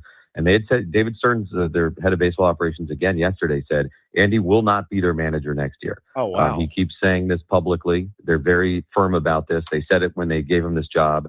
They said it again yesterday. He's going to go back to being like their farm director next year. They really like him in that role. Now, look, if they make some kind of miraculous run and end up in the playoffs, I imagine they're going to have to reassess that. I think that's still a very short, possibility. But, they keep saying publicly he will not be the manager next year. So, I think he's very loose because of that. I think his team is very loose because of that. I think that's a big part of why they're playing as well as they are. But because he was their farm director last year, he was randomly doing his once a year press conference about the state of their minor league system when we were here, coincidentally. So I popped in just to kind of mess with him a little bit and give him dirty looks. And so, I caught up with him after that. We had a really nice chat. He's a fine man and all that. And obviously spent a lot of time with him when he was the Padre manager. So we caught up last year when we were here. And so, that was nice. And then, we talked during BP yesterday and kind of got the lay of the land about everything that was going on with the Mets and, talked about family and that kind of thing too. So it was good to see him. And obviously, look, they're now 23-22 since he took over. Yeah. And that team was in a world of hurt, as I think everybody knows before that. So, certainly a ton of credit to them. 4 straight. They won 4 straight. Yeah. Yeah, they're hot. Now take us through the first 2 innings from your perspective, Jesse, just kind of how you saw it unfold on the field. As I think Kevin Acey did the research back to 1920, never had a team thrown out 3 times at home plate in the first 2 innings in baseball. Yes. We had that on the broadcast, and I think the 4th inning last night, we were able to dig that one out. Nice. Yeah, look at us. Now we might have stolen it from the Mets TV broadcast, but we had it on our broadcast. Perfect. Yeah. That's how the great ones do it. So I mean, the first one, it was it was fresh in my head. The bench had gotten somebody on the Nationals both Saturday and Sunday. So that was the first thing I'm thinking is he can do this, right? And that throw was crazy. I hadn't necessarily seen in real time that Jake had held up the way he did between second and third because I'm tracking the ball, right? So I'm looking at the ball, I'm following it into right field, and I see the throw come in, and now next thing I see is that Jake's out by 5 feet. Then obviously you look at the replays and you go, oh man, probably in a perfect world, you're holding him there, because he wasn't going all the way. Plus you're about to have bases loaded. Nolan McLean's obviously on the ropes. He's not settled in. He's not right at all. So that was kind of my read on the first one. Then the second one, it's all right, he's going to have to make a perfect throw, but it's holy, I can't believe it's just happened again. Are you serious? And then, Campusano gets forced at the plate. That one almost feels like, a cruel joke, right? Oh, another out at home. Right. Awesome. And then, the last one, I see Xander going through the stop sign. But you're in your head, you're all right, at least it's not Benj, because it's in left field this time. But also my thought as I'm looking out to left field is, boy, Ewing sure looks shallow. And, sure enough, there it goes. But look, I mean, how often do those guys actually make those throws that accurately? And furthermore, how often does the catcher actually handle those throws so well? That was the piece I felt like actually maybe we all kind of took a little bit for granted last night, is that Alvarez, not only handled the throws, but got the tags down really well. I feel like so often in today's game, we see catchers not do that piece of it. Now, the Cronenworth one obviously is a little bit different because he was out by 5 feet, but so often, on those short hops, it kicks off the catcher's mitt or, he's not in a great position, but Alvarez, I thought, handled, all of them really, really well. And, I mean, I'm a huge fan of the outfield assist. It's, I think, one of the most exciting plays in baseball when an outfielder, makes a great throw home. And I mean, it was crazy. I mean, we're all sitting here going, man, I can't remember the last time, I've seen that, and it's because none of us have ever seen it. It was 126 years ago. So, I mean, it was a heck of a thing. It really was. And, unfortunately for the Padres, I think Tony was on it. It was maybe the bottom of the second inning, and he's look, if Nolan McLean settles in, Padres are really going to rue this. And sure enough, he's the caliber of guy that can really settle in. He did. And, you almost had it somewhere in the back of your mind that man, that could have been the game, in those first 2 innings. And that turned out to be the case. I thought for sure. Based on, again, we were talking about, I believe in this team, certainly a lot more than I did 4 or 5 weeks ago. And I believe in this offense. And it bothered me, obviously, because you hate to run in outs like that. But I thought, oh, no problem. We'll come back. We always do. And they didn't. And, it's a decent effort, I guess. But, to be able to flush it today, still got to go out and win the most importance for the San Diego Padres, Jesse, to keep winning series as best they can, because, it certainly doesn't get any easier. And the Phillies look like they've rounded into form a little bit. I thought they would kind of tail away. Diamondbacks got some issues going on right now, but, they're still a scary team. This team can't really afford to be kicking games like that. But, hey, man, it's over. You flush it and go out and try to win a ball game. I thought Walker Buehler pitched his tail off last night. He was outstanding. No, he was great. He was great. He had his kind of like what's become almost his pseudo-typical weird inning. It was early, and then he got right into it, and that was great. And yeah, it definitely hurts, to always, you say to waste, quote unquote, a start like that from your guy. But it would have hurt a lot more a few weeks ago, when it felt like the Padres couldn't buy a start like that. Yep. But now all of a sudden you're sort of, knock on wood, routinely seeing 5 or 6 outings out of your starting pitchers, right? So, now it maybe doesn't feel as painful to lose a game in which your starter does that, because it's becoming a little bit more of a regularity. So I think it's good. Look, I'm not necessarily where you are in terms of like, oh my gosh, we have to win, the next 2 after dropping that one. It was a tough loss, no doubt about it. That's a weird, tough way to lose a game. I still think, look, there's 5.5 weeks left in this season. They're playing good baseball. I'm not into like desperation win every game mode right now. I think, this team is playing good enough baseball. I think there's enough baseball left that I have confidence that, as long as they generally take care of their business, they're going to be in the position they need to be in, going into that last week of the season. I'm not quite desperate yet, but it's more of like, hey, you go on. Sounded a little desperate. No. Dude, I wasn't even mad. I literally wasn't mad. I was good. One, I was like, I'm fine. It happens. I'll tell you if he was, and I don't think he was. Paulie was a little more mad. So yesterday, I'm grabbing some lunch, and I flip on MLB radio on my car, and lo and behold, who do I hear on with Ryan Spielborgs and CJ Nitkowski, other than Jesse Agler, doing an interview from New York? And thought before you go on, I want you to know, they tried to give me an incorporator word, and I rejected it outright. I did. Oh, they did. I didn't hear the end. No. So no, I'm kidding. So I thought you made a really good point, though, and they asked you about Craig Stammen and how he's done as manager, and I think Woods and I have sort of talked about this a little bit, but you went on and talked about how Craig kind of had to be talked into the job, and how family's still a huge priority for him. And he's not the kind of person who manages as though he cares, like if his job's on the line. And that actually could be his greatest quality, that he can manage unafraid, because he didn't necessarily want the job in the first place. And it is almost like frees him up to make the right decisions where, you may criticize it, but I truly believe in what I am doing. And I don't really care what you think. Did I kind of get the gist of what you were saying there? Yeah, I think that's it. It's almost like his secret superpower, right? Is that, I think so many big league managers, right? They either this is all they've wanted to do their entire lives, or all they've wanted to do since they retired. The job means everything to them, right? And I respect that. That's not a shot at anybody. Don't get me wrong. But, if you're going to have that mentality about a job, and by the way, that's my mentality about my job. So I'm not casting stones here. Like, I've wanted this job since I was 5 years old. So, when you feel that way about a job, you're going to have a certain mentality about that job. You're going to behave a certain way about that job. You're going to value that job a certain way. And that's going to sort of color the way you handle yourself and that job.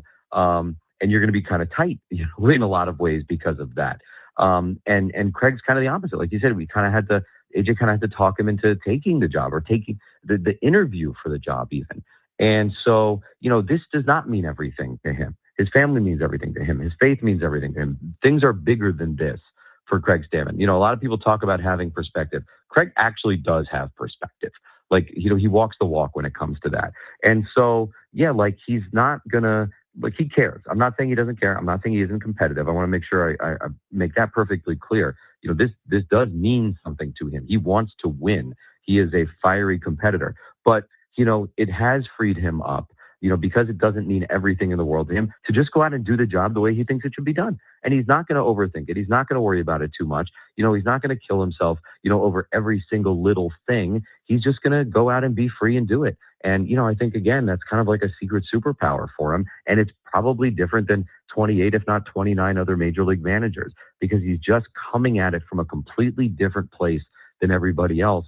And, I would have never been able to sort of dream that up going into an interview process for a manager, like, hey, maybe let's find somebody who doesn't really want this job. Maybe that can be, like a great benefit to them. But it's a really interesting thing. And, I'm not a human resources professional. I'm not a corporate recruiter, but I do wonder if there's like something there that, people who hire people for a living, know about, that maybe, you look for somebody who's, maybe from a little bit of a different, place from the job you're trying to hire from, or a little bit of a different background, that all that kind of stuff. If there is something there, maybe, in terms of looking for somebody when you're trying to fill a role that they can bring value because of that. It's very interesting to me. It really is. Before he gives you the incorporator word, it reminds me of you can't say it on the radio, but Luis Camposano's entire message for this year. I just stopped giving an F. That's it. Like when did Fernando start hitting home runs? When he said, I'm going to stop worrying about not hitting home runs. That's it. It's just weird, man. And especially in that sport. That sport, maybe of all the sports, is like you almost have to look like you don't care. It's just very weird. So, all right, Ben. All right, Paulie, just quickly, let's get to it. Tuft hunter. Tuft hunter, Jesse. Tuft hunter. It's a British slang term for a social climber or snob who tries hard to be friends with wealthy or titled people. A tuft hunter. Tuft hunter. That's a great word. It's a great word. Never heard it before. Tuft hunter. Tuft hunter. Can I give you guys an incorporator to use in the Grubner interview? Yes. Oh yeah. God, wow. I'm kidding. No, do it. I'm kidding. It's an ownership interview. Yeah, do it. That's true. No, we actually have to keep moving because Eric's probably standing by and ready. So, Jesse, appreciate it. We'll hear from you at 4:10 Pacific today. All right, guys. Have a great day. All right, Jesse Agler, voice of the San Diego Padres. And, we are going to turn right around. And when we come back at the top of the hour, Padres CEO Eric Grubner, with the new ownership coming in, get his thoughts on yesterday's approval and more. Coming up next with Ben Woods on San Diego's #1 sports station, 97.3 The Fan.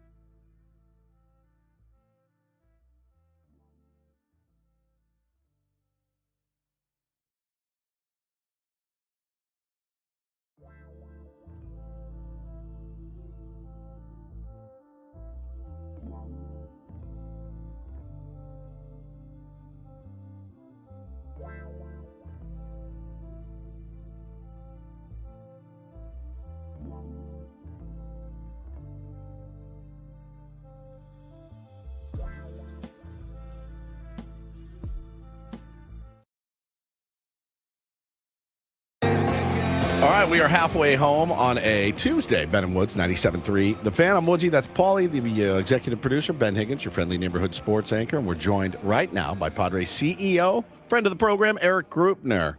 Welcome back, Group Dog. How are you? I'm great. How are you guys doing today? Doing well. Pretty good. Doing well. I think everyone listening can relate with having a new boss. Oh, yeah. We have one. What's it going to be like? The uncertainty going forward. And now it's official, as Kwanzaa Jones and Jose Feliciano approved as new owners of the San Diego Padres yesterday. So you're CEO, but there's still two people now you got to report to. Eric, how's it feel? Feels great. I've had the opportunity to get to know both Kwanzaa and Jose really over the last, 6 months as we've gone through the process with the sale of the team. And they were one of the groups that were in it from the start and obviously stayed in it till the end. So had a lot of opportunities to spend time with them at their home, various places over that period of time, and really just get to know them as people.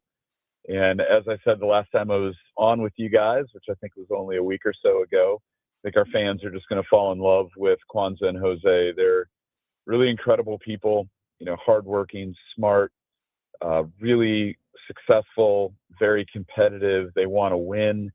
They want to win a championship, and they plan to own this team for a very long time and really continue to, have a positive impact in the community. I mean, I think it's everything you could want out of an ownership group, and in particular, the individuals leading the ownership group.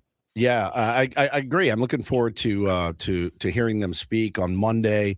Maybe getting a chance to ask them some questions at some point. Obviously, big shoes to fill, certainly, and I'm sure they realize kind of the gravity of what it means to be a San Diego Padres owner. I mean, this is a city that is literally starved, and I know I see people tagging you all the time on social media, Eric, about everything, and I know that they now know kind of the pulse of the city and how hungry people are for that title here.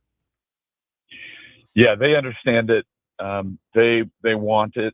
As I mentioned, they're very competitive people, and I think our fans are going to have the opportunity, as you mentioned, formally on Monday to hear from them.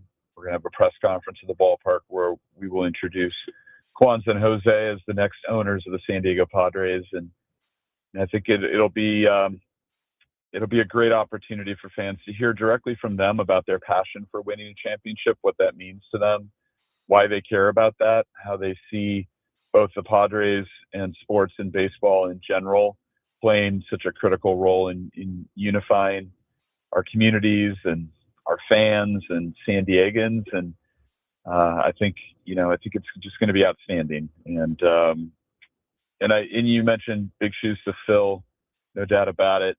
I had the privilege of working with Peter for quite some time and getting to know him, and then his brother John. And I can't say enough about the Seidler family, their stewardship of the Padres, really taking our franchise to a level that it had never been at before in our 50-plus year history. And we're not done yet. This next chapter and this continuation of what we're looking to do as an organization is going to be more of the same in terms of competing for a championship, but ultimately accomplishing that goal for our fans. So, Eric, have they told you, Kwanzaa and Jose Feliciano, what the first steps are? Getting to know the organization? Is it meetings with different departments? How do you expect the next, I would say, few months are going to proceed with new ownership? Yeah, they're very sophisticated and experienced investors, entrepreneurs, and philanthropists. They've been incredibly successful with the many different ventures that they've been involved in, both Kwanzaa leading their real estate and other investments. They have a family office that's been hugely successful. And then obviously Jose as a co-founder of Clear Lake, one of the largest and most successful private equity firms. So, I think they're going to bring a very similar approach to the Padres as they've brought to those other businesses and business ventures. And, I've noticed, they're really good question askers, which I think is a sign of high intelligence and experience, is to start by asking questions and understanding. and then from there, making decisions on the best path forward. So I think there'll be a process on the front end where they'll get up to speed even more so on the Padres and do that through asking questions and building relationships. And I expect that that's going to be the first, 60 to 90 days. And we look forward to that. Nothing like being thrown right into the fire when you buy a new baseball team and then baseball staring down CBA negotiations your very first half year, since you've potentially since you've owned the team. How prepared are they to deal with that as well? I know it's going to be, potentially you're talking about work stoppages, maybe. I mean, all these things are up in the air right now, but that's a kind of a new wrinkle for a new ownership group to have to deal with. Yeah, they're already, up to speed on the current state of Major League Baseball and the Padres, and they've studied our 5-year plan that it looks quite a ways out beyond just 2027, and so they've seen it all, they've studied it, and I think they're going to hit the ground running on day one with a full knowledge of where our industry is at and where the Padres are at, and I think it's really exciting, and that's one of the reasons why ultimately they made the decision to buy the team. Is there's a lot of growth and excitement ahead for this franchise and the city when it comes to baseball, and they're the perfect two people to come in and lead that. Talking to Padres CEO Eric Grupner. And Eric, I am told that you come to us with a pretty special announcement. Would you care to elaborate this morning? Yeah, thanks for having me on. I just wanted to share with our fans, number one is, as I try to do every time, I speak publicly, but just our overwhelming gratitude for the support we've received from our fans. Over the last 5, going on 6 years now, we've really had top 5, and for most of those years, top 3 attendance in baseball.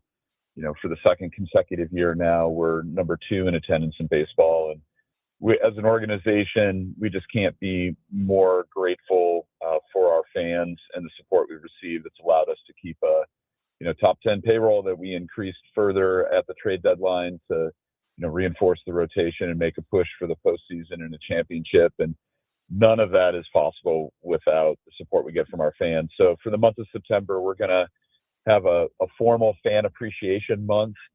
And that's going to mean a number of different things based on whether you're a season ticket member or just somebody who purchases a ticket to come and support the Padres. But either way, we've got a lot of really special things planned for our fans and our members. For our members, we're going to provide, a loaded value of $25 per seat on the account, up to 6 seats that can be used for food and beverage purchases over the month of September at Petco Park. I think one or more of you are season ticket members, so you guys will benefit directly from that. And we just wanted to have a real tangible representation of our gratitude for our fans, where we can buy everybody a meal and a drink while they're at the ballpark for each of the seats that they have on their account. And then we're going to have a good old-fashioned sweepstakes at each of the games in September, where we're giving out some great prizes. I know you guys are golfers, brand new state-of-the-art Callaway drivers, Soapy Joe's annual membership, new Bravia 4K HD TV from Sony, gas gift cards. I think everybody can appreciate that these days. Turtle Box speaker, which is really cool, and a lot of other great prizes. And we'll be giving those out every game in September to fans. And then we're going to have a number of different surprise and delights and different things that are going to be happening over the course of September. So 12 home games in September. We need the support from our fans like never before as we push for the postseason. And, every game really matters here down the stretch. And along the way, we wanted to, do a number of things to just say thank you for that support. Now, Eric Grupner, Padres CEO, joins us. I'm perusing the what do you call it, press release here, and I'm looking and I see the National Series is highlighted September 7th through 9th. I noticed there's an omission of the Ben and Woods first pitch on September 8th. Probably an oversight, no big deal. It also happens to fall on the same night as the Fernando Tatis Jr. City Connect bobblehead. So I just wanted to put this in your ear. If you see asses in the seats that night, it's because of the first pitch, not necessarily the bobblehead that you're giving away. Just throwing that out there, September 8th. Make sure everybody is at that game to be sure. I love it. No, not an oversight. That's its own press release. That's how important it is. So, That's such a good answer. That's Such a good answer. It's coming later. Yeah, that's gonna be coming out at a later Okay. date. Just keep A little closer to the event. Perfect, Makes sense. keep looking for that press release. Okay, But that's I will. going to be a standalone September 8th. But yes, we are so excited for that first pitch. Oh, We got a ton going on. so is September Ben. 8th. Oh, I'm terrified. Eric. The last one didn't go so great for me. So Can we get I like am fireworks really behind nervous him for this or one coming up? We really need to do this thing up pretty big. Yeah, no, it's going to be great. I will be down there on the field with Yes. you guys. Obviously, we're Can I going to get a give catcher's you. mitt on you? Do you want to catch my first pitch? I will catch your first Yes. pitch if you want me to. Careful, we don't want to get the suit pants any dirty. Yes, Ben was bouncing it last time. I don't know if that's a great idea. Johnny Brito could not come up with my first pitch last time, so be warned. I'm a little erratic on the throw. I love this fan appreciation idea. This is like when I was growing up and going to games at Jack Murphy Stadium. Come to a Padres game in September, win a TV. You know, I don't know why. I just think it's great that you've brought this back. I have not seen this in a while, and really some great prizes here, like stays at Sequan and vacations. We got the Holiday Wonderland package, $100 credit to the Diamond Room, which is new and fantastic down there that I've gotten to see. This people need to check out everything that's available coming up this September, because this is pretty fun, actually. Yeah, no, I think it's going to be great, and I appreciate you mentioning that. This is definitely something that in the history of the organization has been done before, and not something that we had formally done, in the month of September for a number of years. We just felt like this year in particular, it was just really important to say thank you to our fans with more than just words, but really do some things that could be felt and appreciated over the month of September, which is also, as I mentioned, that month where we're going to need our fans more than ever. We've developed an amazing home field advantage because of the level of support that we get from our fans. And we're in the thick of it, as you guys know right now. I had an unfortunate loss last night, missed out on scoring some runs early. But we're going to be battling, every step of the way into October. And I think this is a team that, is continuing to peak at the right time. If we can keep playing our best baseball into October and beyond, as a team that's capable of winning a championship. But we're going to need our fans to support us all the way down the line here at home to get every win that we can. And just to be clear, fans don't need to do anything. If you're a season ticket holder, you'll automatically see that $25 for everybody. And then if you just buy a ticket, you have a chance to win the prizes if you show up in September.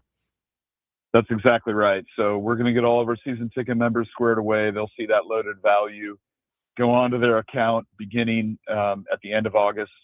And then any of the games in September, they can use that loaded credit. And at the same time, anybody who has a ticket to a game and shows up to the game in September, so you got to be at the game, will be eligible to potentially win many of those great prizes that we're going to be each and every game, determining in a winner and giving those away. Very cool. Eric Gropner, CEO of the San Diego Padres. Big announcement this morning, as well as the new ownership. We appreciate your time as always. Thank you. Thanks, guys. Have a great day. All right. See you on September 8th with a catcher's mitt on behind home plate. It'd be funny if he had somebody said a big fishing net. He should wear a mask. A mask, too. I mean, be very careful with me throwing. It could go anywhere. So, just a list of prizes. This is very retro throwback, a fan appreciation month with actual just like drawings, Motorola Razor packs, San Diego Zoo VIP experience. I've got a whole list. That it's like a raffle said, every game. Yeah, just every single game, giving away a bunch of different prizes for people who are just at the Padres game throughout the month of September. So very cool. Oh, yeah. Anything to add? No, you added everything. You're just already psyching up for Take on Woods? I'm ready. All right, we will play our game. Coming up next, you can win instant win tickets to see Luke Combs at Petco Park. Or if our contestant doesn't win, everybody else is going to get a chance, like yesterday, to claim those Luke Combs tickets, because we're giving them away one way or another. But the first opportunity goes to our Take on Woods contestant. If you'd like to be that contestant, you can call now, 833-288-0973, 833-288-0973. Play our game when we come back with more Ben & Woods, broadcasting live from the Bill House Studios. We know how on San Diego's #1 sports station, 97.3, The Fan. First, though, let me tell you about SDFatLoss.com. It's the way I lost 40 pounds in 60 days. Did that 3 years ago, and I think that's kind of one of the key things about this. I've kept that weight off for 3 years because SDFatLoss.com is a different kind of program. It's the first one where I've lost the weight and been able to keep that weight off because it was based on real foods. I had tried the other plans, including the shakes and the bars, meal replacements. Didn't work for me. I lost weight, yes. Couldn't keep it off. Switching back to food. You're not going to eat that stuff forever, but you can't eat the same foods that you're eating on SDFatLoss.com because it's chicken, it's steak, it's fish, it's proteins, it's stuff that you normally eat. You're just eating in the right times and the right portions. They will help you do that with your great counselor at SDFatLoss.com. You can sign up for a free consultation, learn how the program works with no exercise and no GLP-1 injections necessary with the potential side effects, muscle loss, the expense, the ongoing expense, none of that with SDFatLoss.com, and you can still lose up to a pound of fat per day and 10 to 20% of your body weight in just 60 days. And right now, still all summer long, take $200 off the cost, the one-time cost, 2 months, and that is it. You can be a brand new you in just a couple of months at SDFatLoss.com. That's SDFatLoss.com. Results may vary.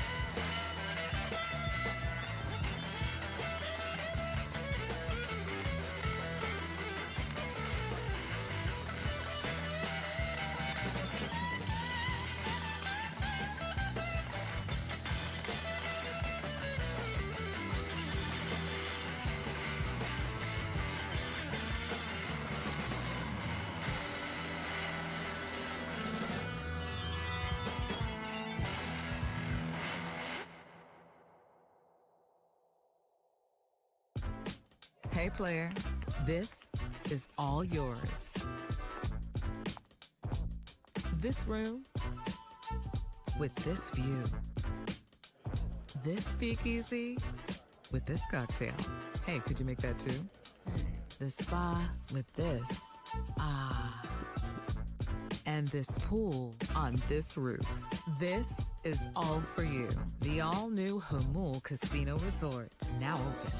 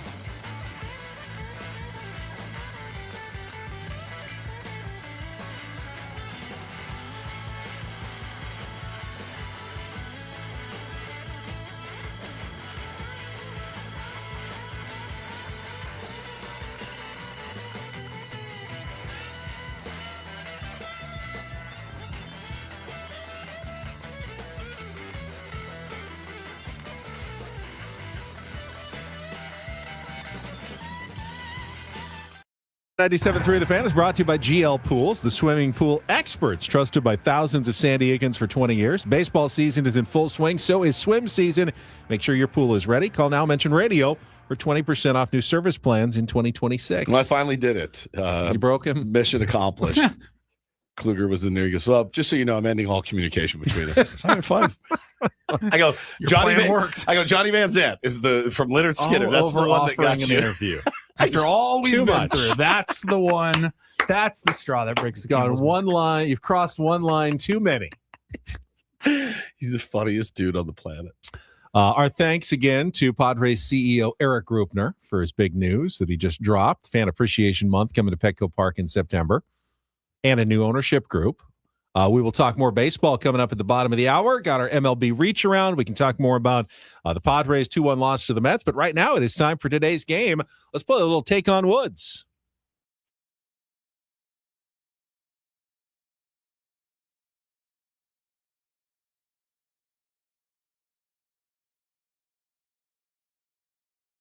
Take on Woods brought to you by Bay Alarm, security and fire alarms for every business. We got you. We got Kyle this morning as our contestant. Hello, Kyle. Good morning. Good morning. You are playing for yourself, a chance to win instantly. Tickets to Luke Combs at Petco Park on June 26th. Ticket info at lukecombs.com. Everybody else is cheering against you because if you don't win, I will open it up to the rest of the tier ones, but you get first crack in our game of Take on Woods. 5 questions, trivia against Woodsy. You beat or tie him. The Luke Combs tickets are yours. And here are your choices. Wild card is out. So we've got our music category, which is called Pauly. Give me the over. Give me the over. Matter the juice. 5 songs with the word over in the title, all 2-second songs. Movies, The Final Frontier, 5 movies with the word space in the title. And TV, from Bait Boy to Bait Man, Jason Bateman television series from childhood to adulthood. So would you like to play music, movies, or television, Kyle? I got to go with give me the over. Give me the over. Give me the over. No matter the juice. Well, the juice is the Luke Combs tickets, and you got 5 songs, all with the word over somewhere in the title. You'll have 60 seconds to identify as many as you can. Remember, you need to give me both the song title and the artist to score the point. You go first, Woods goes second, and we will compare at the end. Kyle, are you ready to play? Yeah, let's do it. All right, Pauly, put 60 seconds on the clock. Again, the category is give me the over. Give me the over. No matter the juice. Your time begins when Paul plays our first song. Good luck, Kyle. Let's take on Woods.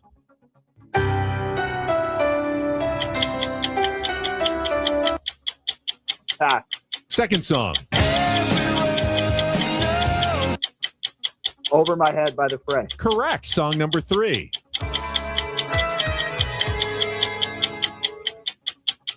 Pass. Song number 4.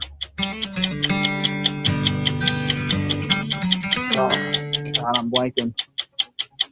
Pass. Song number 5. Starting Over, Chris Stapleton. Correct. Song number 1.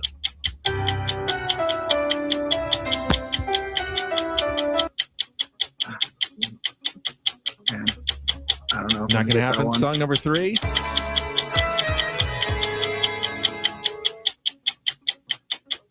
Pass. Song number 4. Run out of time. Yep. We got 2 is the score. You got Over My Head by The Fray and Starting Over by Chris Stapleton. I don't think that 2 is going to get it done. You missed Head Over Heels, Tears for Fears, Overkill by Men at Work, and Over the Hills and Far Away by Led Zeppelin. I do think Woodsy is going to get this one. We will see how he does. He will play without the category. It is music, all 2-second songs. All 2-second songs. Okay. Kyle's score is locked in. Your time begins when Paul plays our first song. Good luck, Woods. Let's take on Kyle. Head Over Heels, Tears for Fears. That is correct. Song number 2. Over My Head by The Fray. Correct. Song number 3.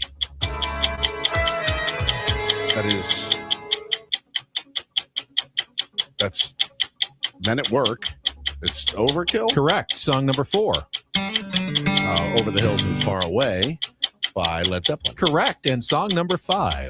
That's Chris Stapleton.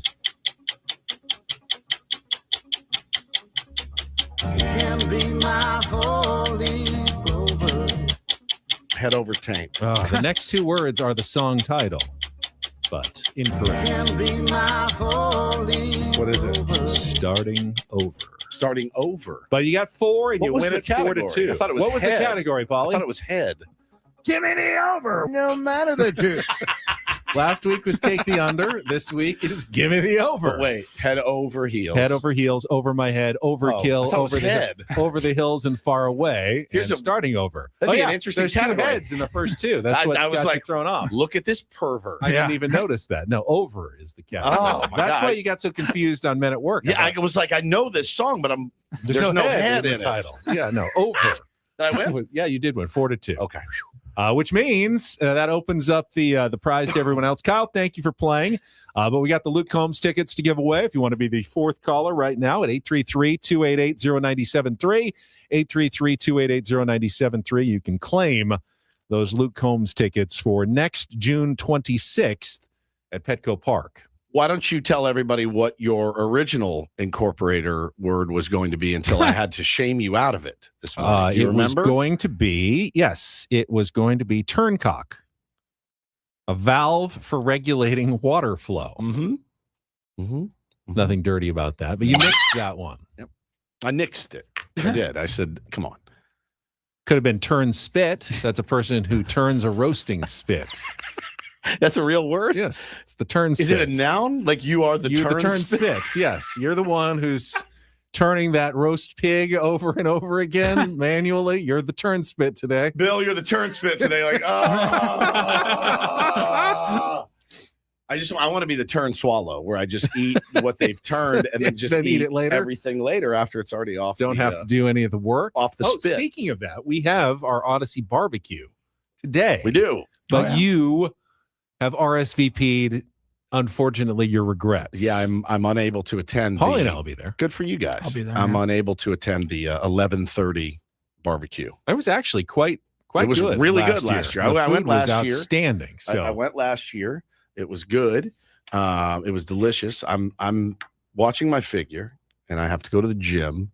I have many, many, many things to do before I pick up the kids for school. all right. Should we save you a plate? No, I'm good. Some leftovers? Anything like that? No, I'm good. All right. There's a well, lot of beer and water in the beer. fridge. I'm assuming it's for you guys Really? at the I was barbecue. really. I would be surprised if this was a Okay. Like a beer barbecue? yes, a full on alcohol party. In that, I saw some beer in the fridge. That's I all believe I'm it saying. starts at like 11:30 on a work day. Yeah. So, Well, I mean,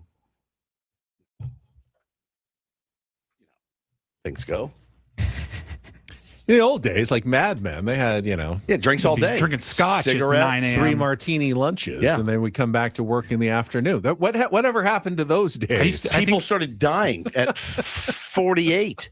That's what happened. I think of like radio executives back in like the 90s. Oh yeah, I heard some stories. Oh, yeah. dude. I heard that if you had a band, you were worked for a label, you would bring in cocaine into the sleeve of said record and be like, "Here, play that," and the guy would be like, "Yeah, no problem," and they would try to just get after it right on the tables there. This Penn State. It was it's crazy how things used to be around here. HR happened. Yeah, it's a good point. You can't. That's too risky behavior. Sure. To do these. No, things, that but would not fly. No, things back in the 70s and 80s, man, it was a whole different ball game. I wouldn't have made it 2 weeks in this business back then in the 70s and 80s. No question. 2 weeks. Shortest career in radio history. Imagine if like our local teams were trying to ply us with perks to get us to talk about the strike force. That's right. Or the San Diego Mojo volleyball team. Open for business, I guess, right? Brings in a volleyball, it's just full of blow. Here, talk about the Why is Mojo. Woods talking about volleyball so much? Man, now? I gotta tell you, I love the Mojo. I gotta go to the Mojo games. Me and the Mojo. I take my kids down to the Mojo. Me and my wife go down to the Mojo. Like, bro, what is your deal? Just me in here kicking a volleyball around. I think volleyball's much Ben more Woods fun. live from Mojo Fantasy Camp. Here we are. I can't believe we're out here. Oh my god, we did it. Just blasting heaters the whole time. It's terrible. Bribery back then. Oh, yeah, that's right. The Mojo are gone. R.I.P. Mojo, Chris in DC. Yeah, fair enough. I knew that. Yeah, I forgot about that one. Maybe you should have Yeah, that's right. handled business in that respect, I guess. Had some issues on that one. All right, let's take a timeout. When we come back, we've got our MLB reach around, Padres implications. The American League wildcard race remains just bonkers right now. So we'll talk about all of that coming up next on San Diego's #1 sports station, 97.3 The Fan. And I know it sounds like a broken Toby Keith record, but I really do love my truck. Like, I love having a truck now so much. I never really thought I would be a truck guy, and I'm now a truck guy, probably for the rest of my life. Thank you to my friends over at Sedano Ford. They're kicking off right now the back-to-school savings event. It's here, your local and veteran-owned Sedano Ford in La Mesa. The common theme here, $349. All right, remember that number, $349 a month. You could drive off in a brand-new 2026 Ford F-150 STX for, again, $349 a month. The 2026 Bronco Sport Big Ben is also $349 a month, or the always classic 2026 Ford Explorer Active is just $349 a month as well. That's 3 great Ford vehicles, one amazing payment of just $349 a month. And there's even more to take advantage of, 0.7% APR financing, plus no payments for 90 days on select new Ford models. Don't wait. These offers will not last long. So stop by your local and veteran-owned Sedano Ford in La Mesa. Don't forget to tell them that Woodsy sent you down there. You can find more details, more offers at SedanoFord.com. That's SedanoFord.com.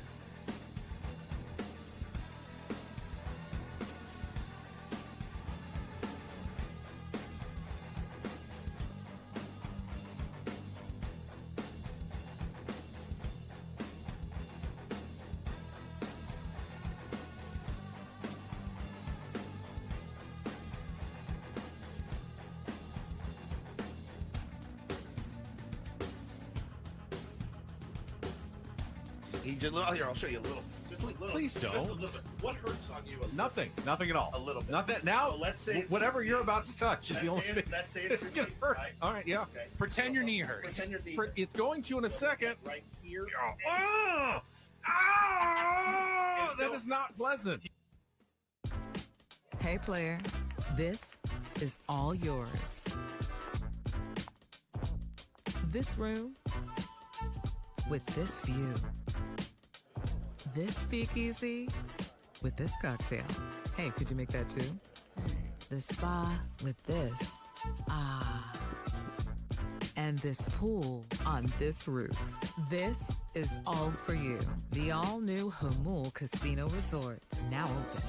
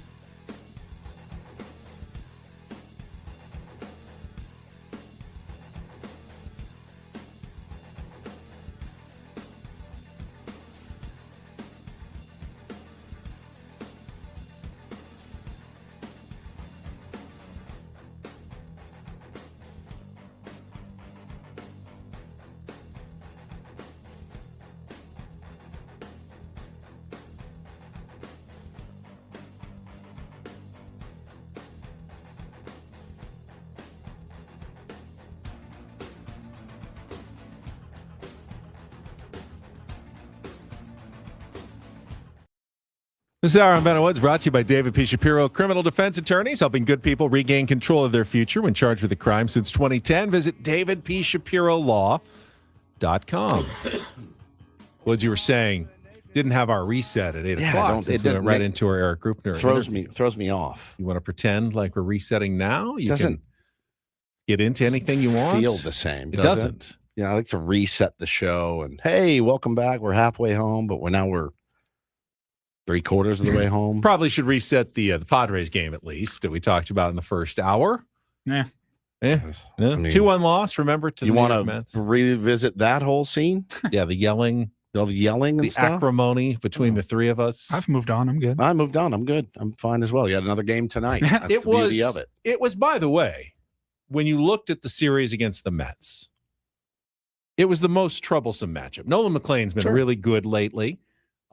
They've been playing good baseball. I just said yesterday they had won 3 of their last 4 series. They had won, 3 in a row going into the game. So you knew that was probably going to be a tough one. And then you get 3 runners thrown out at home plate, plus another one forced home plate early. Mets get a little lucky on some, seeing eye singles off Walker Buehler, who was otherwise dominant. And you still only lose that game by 1.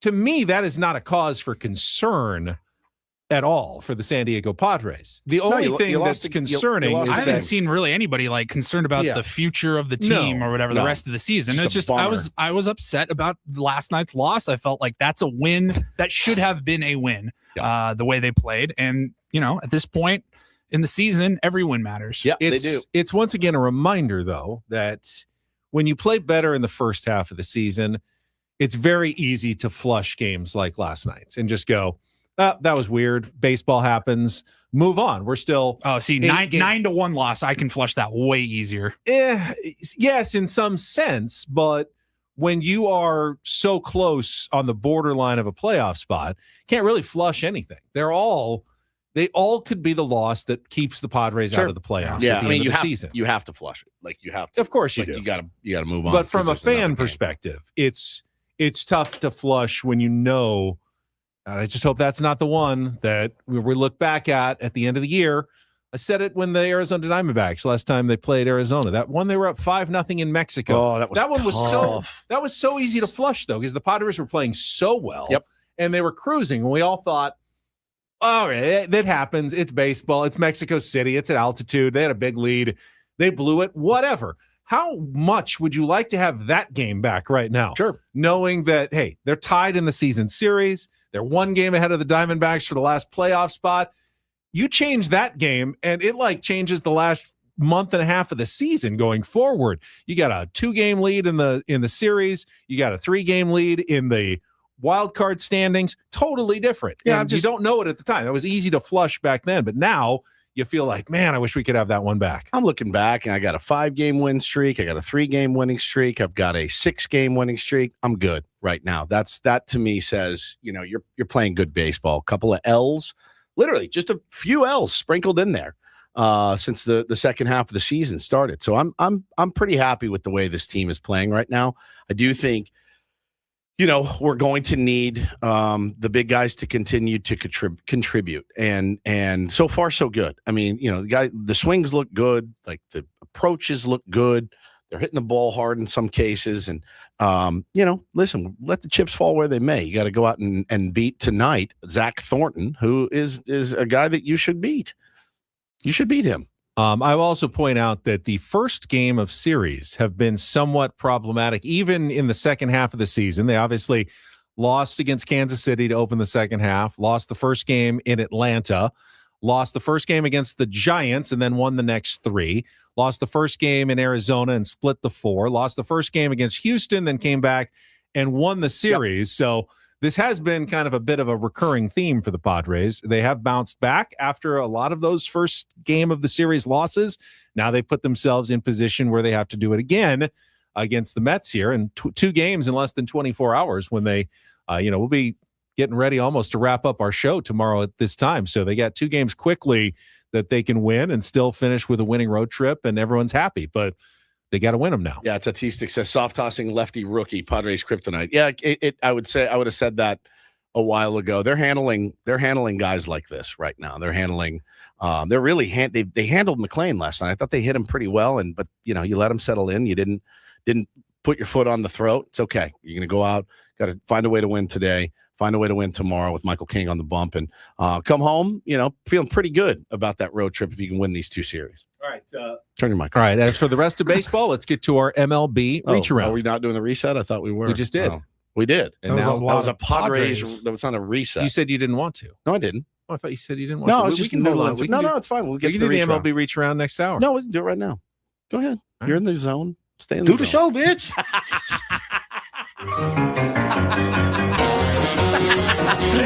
Reach around. Reach around. Am I crazy?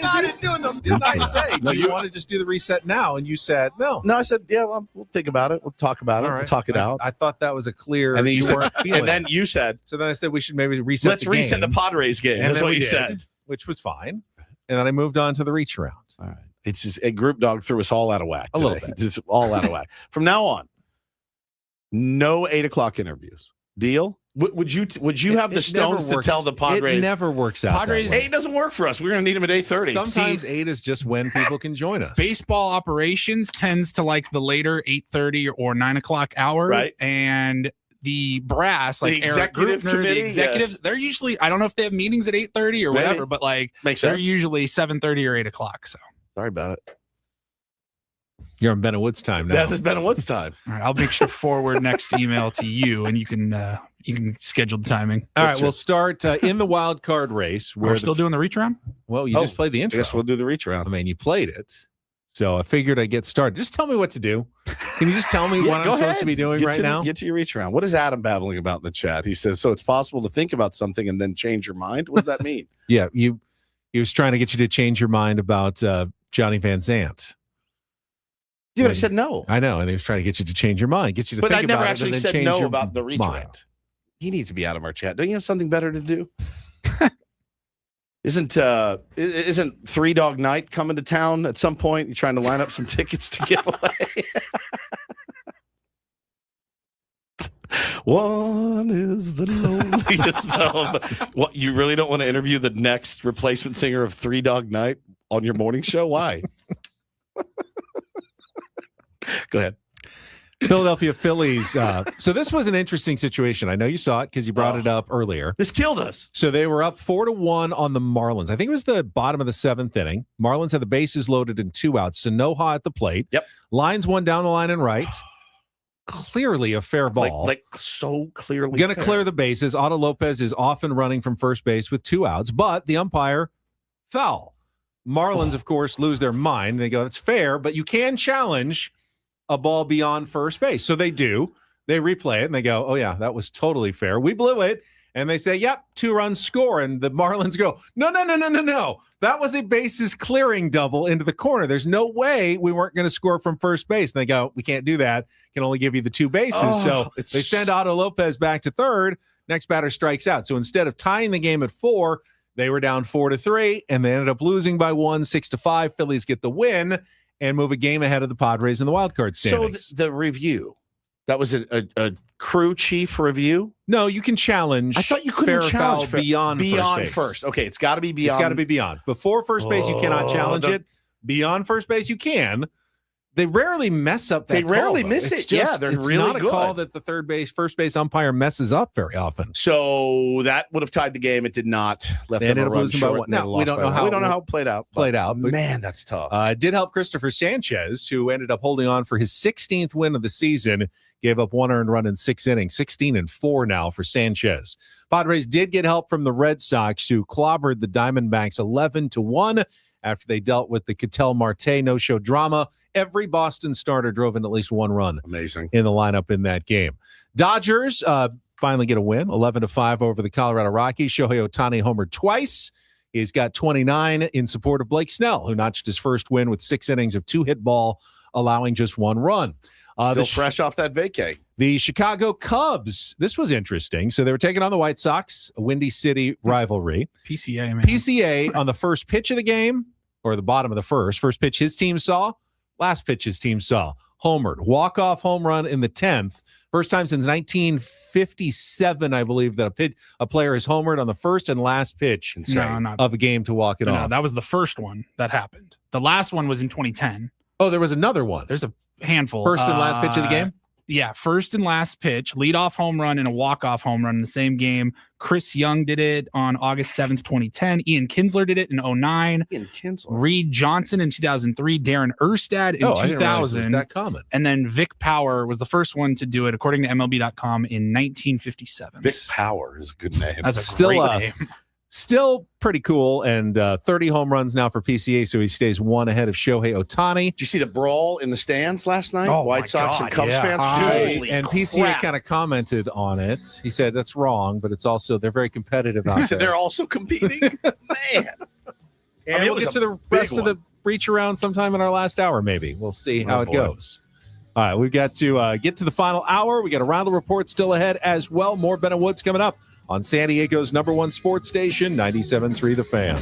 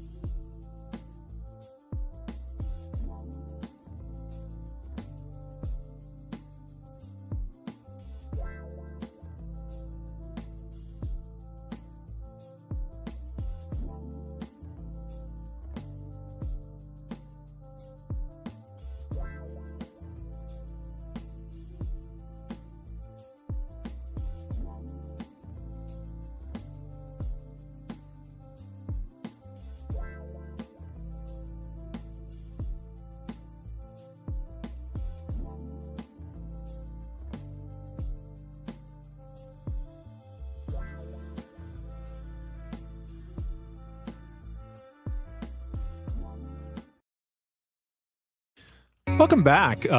Seeing some breaking news involving the San Diego Padres organization here. Didn't get a chance to see this before we had Eric Grupner on last hour, but reported in The Athletic and seeing on ESPN as well. A San Diego Padres player development instructor, Osvaldo Perella, has been taken into custody by U.S. Immigration and Customs Enforcement, according to his wife and his brother. He was detained at El Paso International Airport in Texas around 4 a.m. Sunday, so home of the Padres AAA affiliate. He was flying home to his family in Arizona. His wife, Kimberly, they have 2 kids, both U.S. citizens, the children.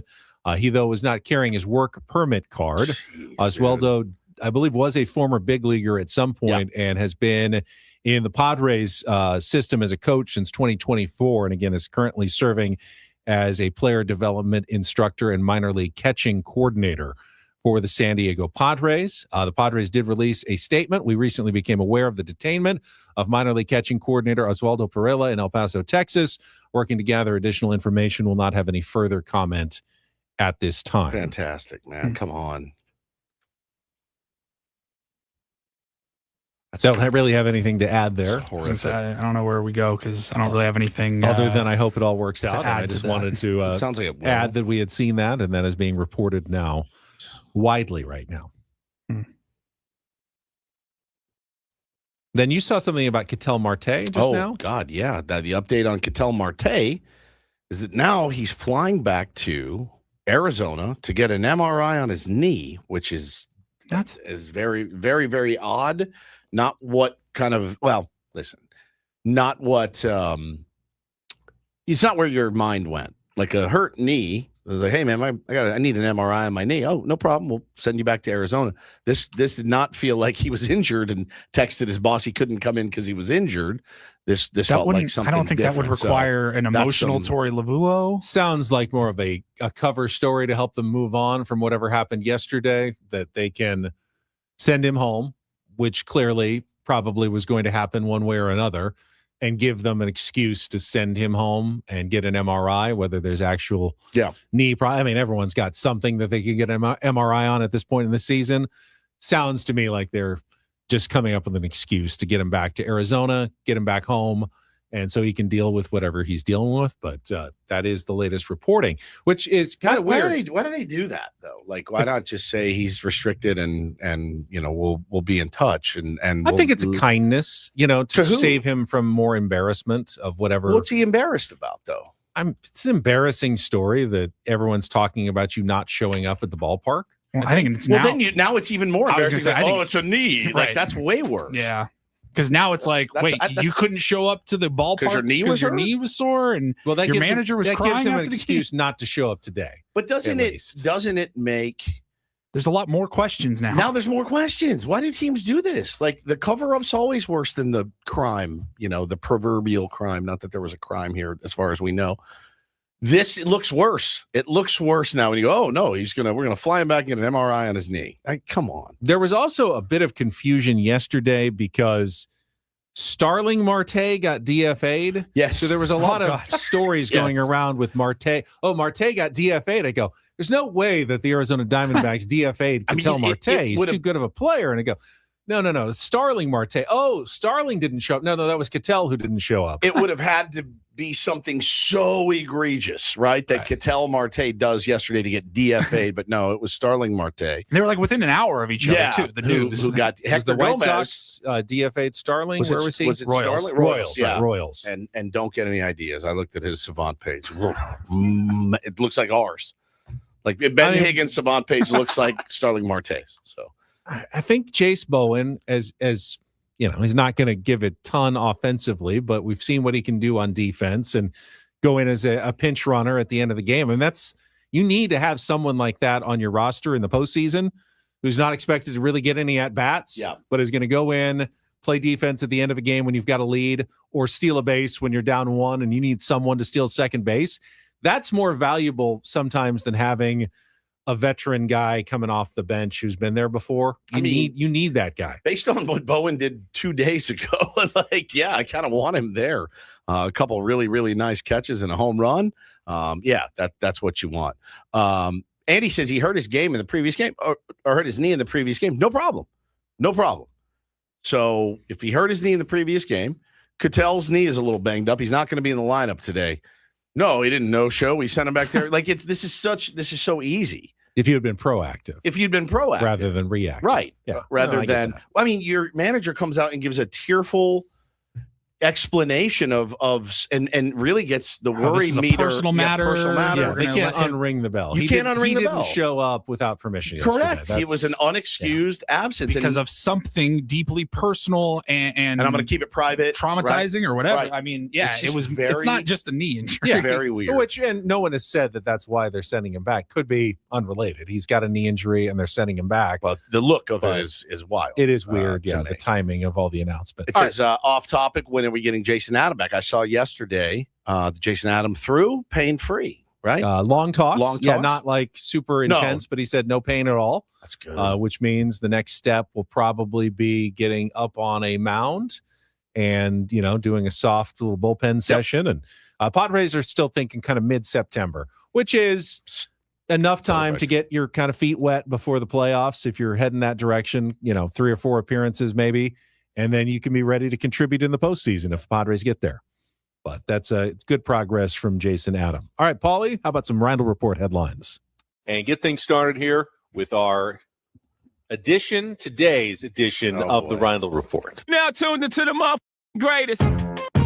Welcome to the Rindle Report with Paul Rindle. Hey guys, it's Paul here. Hi, Paul. All right. 2 stories from the world of sports that we haven't gotten to yet. We'll start off in Major League Baseball. And 1 story that you didn't know you needed. Are you laughing, biatch? It's the Rindle Report. Hey Paul, how you doing? Okay, how are you? I'm good. How are you doing today? Okay, how are you? On 97.3 The Fan. Are you ready to bless the mood? I need some help, please. That was good. Can I get a oh yeah? Oh yeah. All right. All right. Happy Tuesday, gentlemen. Happy Tuesday. We will get started. I've actually got a couple of interesting NBA offseason stories that we have been talking about over the last few weeks. They're both starting in LA. We will start with the Clippers. I don't think we got to this yesterday on the show, but we've been talking about the Steve Ballmer, Kawhi Leonard. The reporting or the allegations are that the Clippers were paying Kawhi Leonard for a mysterious endorsement with a client that he didn't really actually have to do anything. And it was a way to give him some extra money so they didn't have to go against the salary cap. So the NBA said yesterday that they have investigated and they have found that there is no evidence that Ballmer funneled money to Kawhi Leonard via those sponsors. Right. And as of right now, it appears to be hey, we looked into it. Nothing to see here, even though people respected journalists like Pablo Torre. He won a Pulitzer Prize for Pulitzer, yeah. Shams Charania locked in with the NBA. Ramona Shelburne was reporting on it. And all of a sudden, the league just jumps in and goes, yeah, we looked into it. Couldn't find anything. So now, Steve Ballmer is a very influential owner in the NBA. Very influential. We said when this all happened, all right, pay the fine and move on, right? None of this really makes you oh my God, the integrity, the integrity of the game. None of that. It was more of all right, dude. It's extremely believable. It's by believable, 100%. This isn't believable. Tinfoil cap conspiracy theorist. I'm sure there's been plenty of teams that have circumvented salary caps and hooked up players with, But the funny part is I too love doing my own investigations. I looked into myself. There's nothing wrong. I'm good. Totally fine. I do think that there is a gray area that the NBA maybe has created on purpose where it's not only allowed, but it's encouraged for teams to introduce their players to potential sponsors. Hey, we have a relationship with this company. They're interested in you. I'm going to give their number to your agent. You can go out and then work on a sponsorship deal yourself. That is actually not only not illegal, it's encouraged by the NBA to try to create those partnerships. So it is probably very difficult to say, well, where did you cross the line? Did you introduce them to aspiration, or did you funnel money to aspiration to then give to them? Whose idea was it? how can you ever totally prove exactly the chain of events that led to Kawhi getting money for a sponsorship, which every player gets money for sponsorships from team sponsors all the time. That is not uncommon. But I mean, Pablo Torre, not Pablo Lopez, he's a pitcher. Pablo Torre had a paper trail and did like emails. A Pulitzer Prize winning investigation into this. The league did their own investigation. Said, well, I think it's super shady, but again, how can you actually prove that it was more than just a really bad endorsement deal? And how is it different than the 80 other player endorsement deals with team sponsors that are going on around the league? I think part of the point is if you suspend Kawhi Leonard, if you suspend Steve Ballmer, every other team is probably guilty of this at the same time. You think? I think so. In some certain way, like to some level, every team is facilitating and getting their players in with their own sponsors to help them make extra money. It's like, as I said, it's almost encouraged by the NBA to do that. Yeah. Like, hey, you've got Saquon is a Padres sponsor. Joe Musgrove, I'm sure it was making money from Saquon. Now, there's no salary cap in baseball to circumvent. Well, there's your answer. But there is. Right. But in the NBA, so if there was a salary cap in baseball, could Joe no longer do a Saquon sponsorship? Because, well, not if the Padres they're a Padres said sponsor, and your Saquon is now giving Joe money as well. That's not part of his salary, though.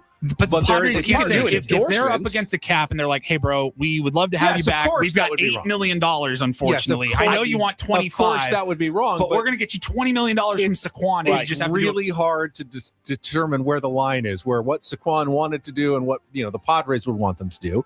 Same thing with the NBA. Like where is the line, and how do you prove that they crossed that line? Yeah, it was. I felt bad for Pablo because people then were like, well, obviously, since the NBA found there was nothing wrong, all of your reporting was BS. I'm sure he'll have a answer here soon, is my guess. Yeah, for sure. Very weird what's going on there, and it doesn't get any less confusing when you go to the other basketball team in LA. I really have no idea what is going on at this point with the Lakers and their transfer of ownership from Mark Walter now to Bob Iger and his team. The latest is that Jeannie Buss is contesting the Buss family's vote to sell their stake in the Lakers. And Ben, we were talking about it a little bit before the show. You got a little bit more of a grip on this than I do. I think this one's pretty clear. Jeannie got stabbed in the back by her siblings, Janie, Joey, Jimmy, Jesse, and Johnny. Maki, Ricky, Danny, Terry, Timmy, Tommy, Davey, Joey. Maki, Ricky, Danny, Terry, Mikey, those Davey, are Jerry Timmy, Buss's Tommy, kids. Joey, Jeannie, Robbie, Janie, Johnny, Joey, and Brian. Jimmy, Jesse, and Johnny are the Buss children. They all share ownership of the Lakers, inherited from their father. When they sold to Mark Walter a year ago, they created a provision where Jeannie could keep more than 15% of ownership so she could remain governor of the team for the next 5 years. That was part of the sale. So she was good. She felt like, okay, this is what I wanted. Yeah, Mark Walter's got a ton of money. Right. He's not going anywhere. Right. But there was a provision in that deal where if Walter ever sold the team for more money, the kids could then vote to sell the rest of those shares. And no one expected it to happen so soon. Right. But with everything that was going on with Walter and the sale, and the kids went, well, we actually can legally now sell out the rest of Jeannie's shares and just make all of our money and get out.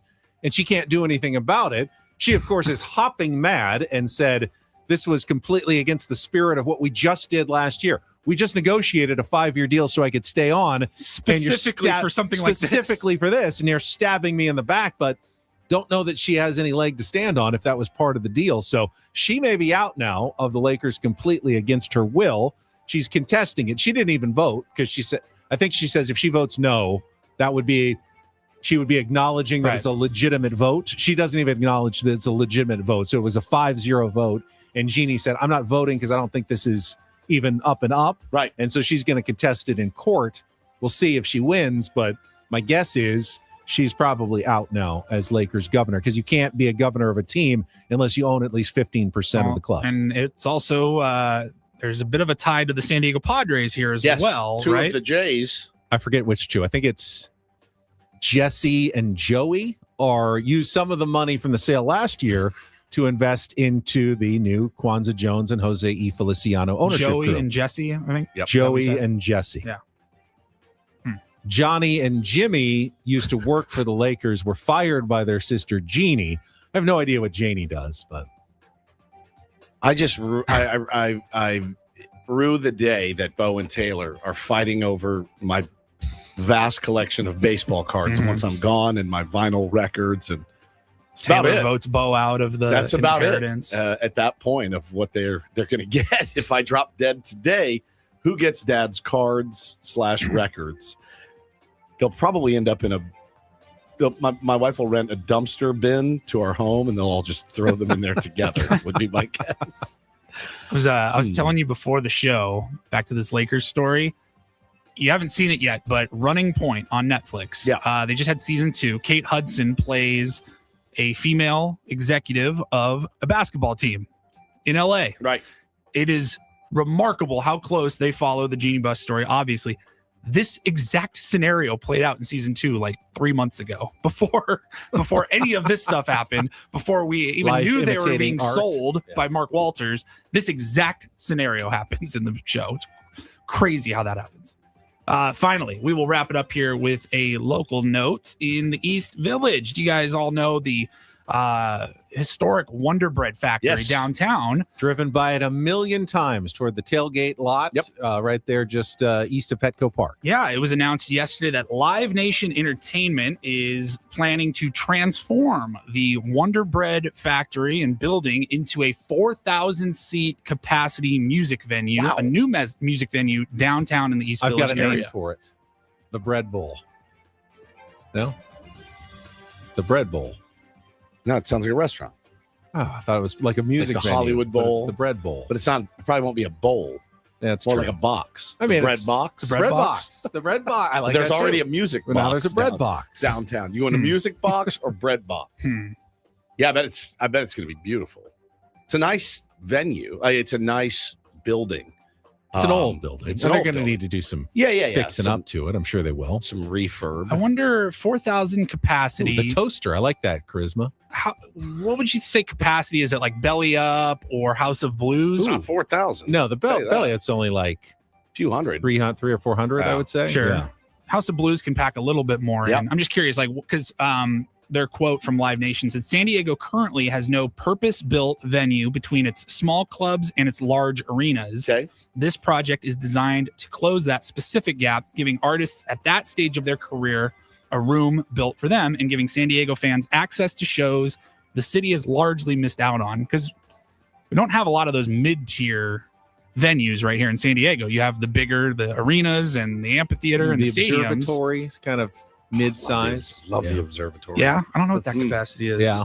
Love it. Love seeing shows there. Adam says belly up is 600 600. capacity. Okay. So What's and there's no name or time or anything. and we just gave them The like observatory is 3 names. 1,700, so this is a little more than twice Wow. the observatory. So yeah, it's still that can get some pretty good bands that maybe aren't quite selling out stadium front tours. wave's about 5,000 now, so that's kind of a mid-level, but as well. They do concerts there? I think they've done a couple. Have they? Yeah.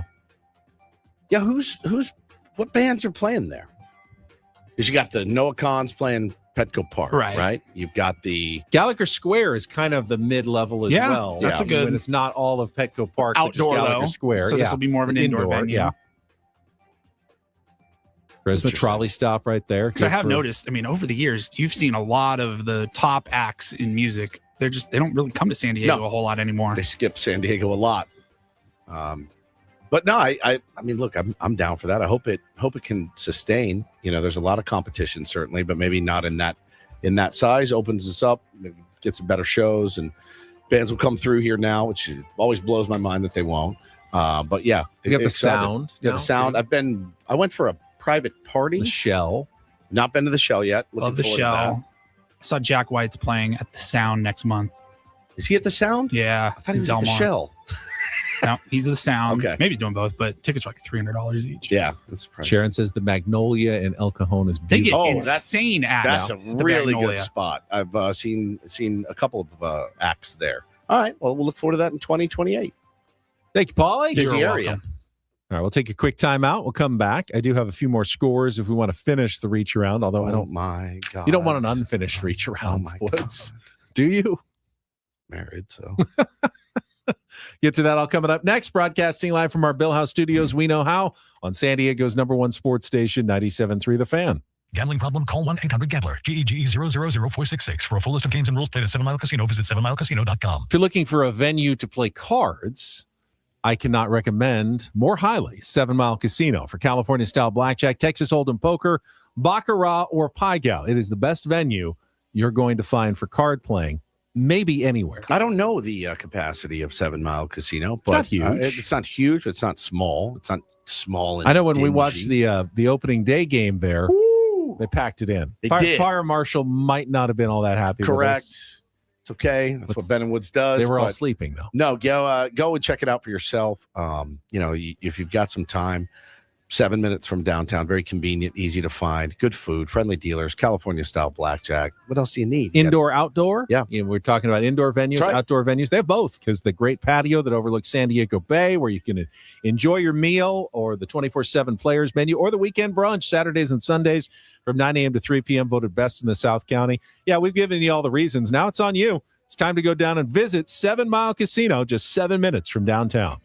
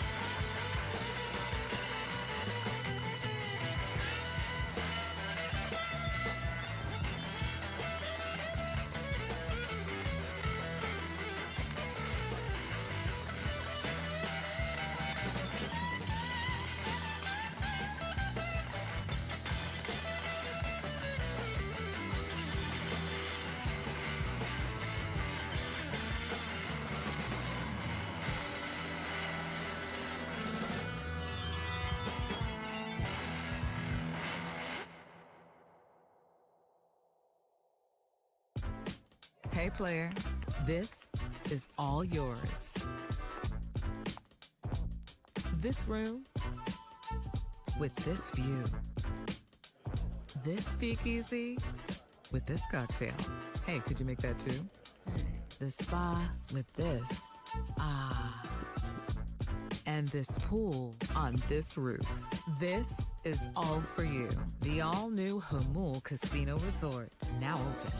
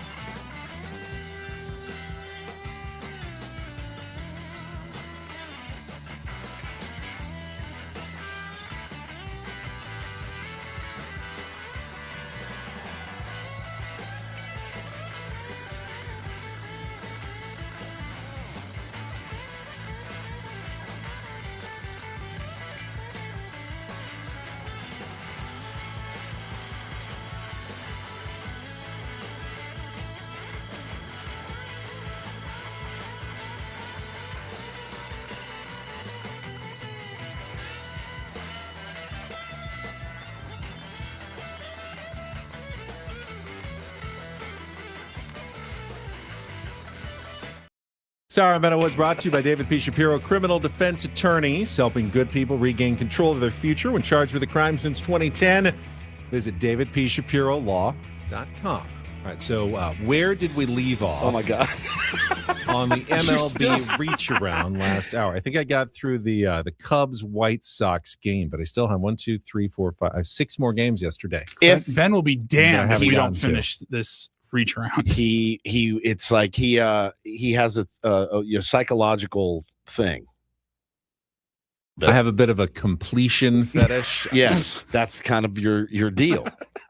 But you don't want to stop in the middle and not finish. Sure you can. You can go to ESPN.com, click scores, you get all the scores in there that you like. What would you rather do than have me finish the MLB reach around? I just think it's funny that you want to so badly. I don't mind if you do. I just think it's funny that you are bound and determined to do it. I have a bit of a completion fetish. Yeah. You know what? None of the other games were that important. They really weren't. They right? were. You touched were on not that important. The ones that we needed. But I did.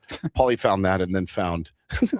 He found when I found the completion. I have a bit of a completion fetish. That was like 2 drops ago that I saved from Ben. But as I was going through the Ben folder, I started going over some of the drops from the last 2 months, I'd say. Yeah. And man, we've got some that I don't even remember. Fatso's Last Stand. What was that? That was from a real or fake. Okay. But I certainly remember him in his underwear. All right. Don't remember why I said that. Nope. Take it. Oh. That's him when he's jamming the reach around down my throat. Take it.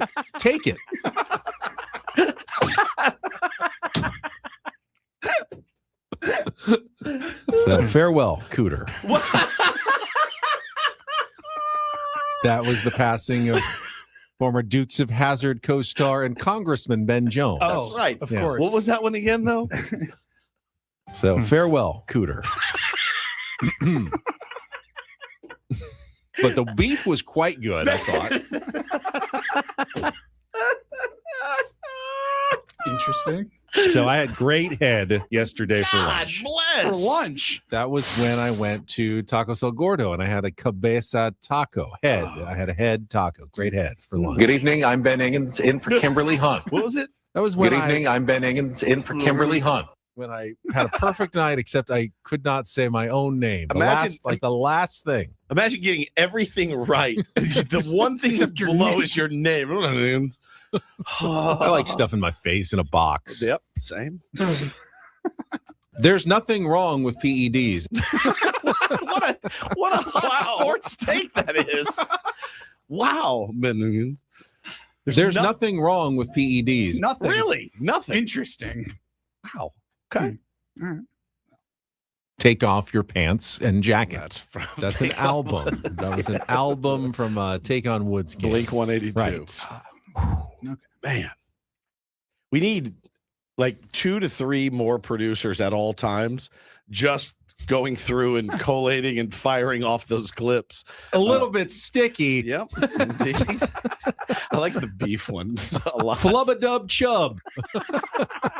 That was one of the hot dog places, Yes. maybe? Yeah. Yeah. In Chicago. Yeah.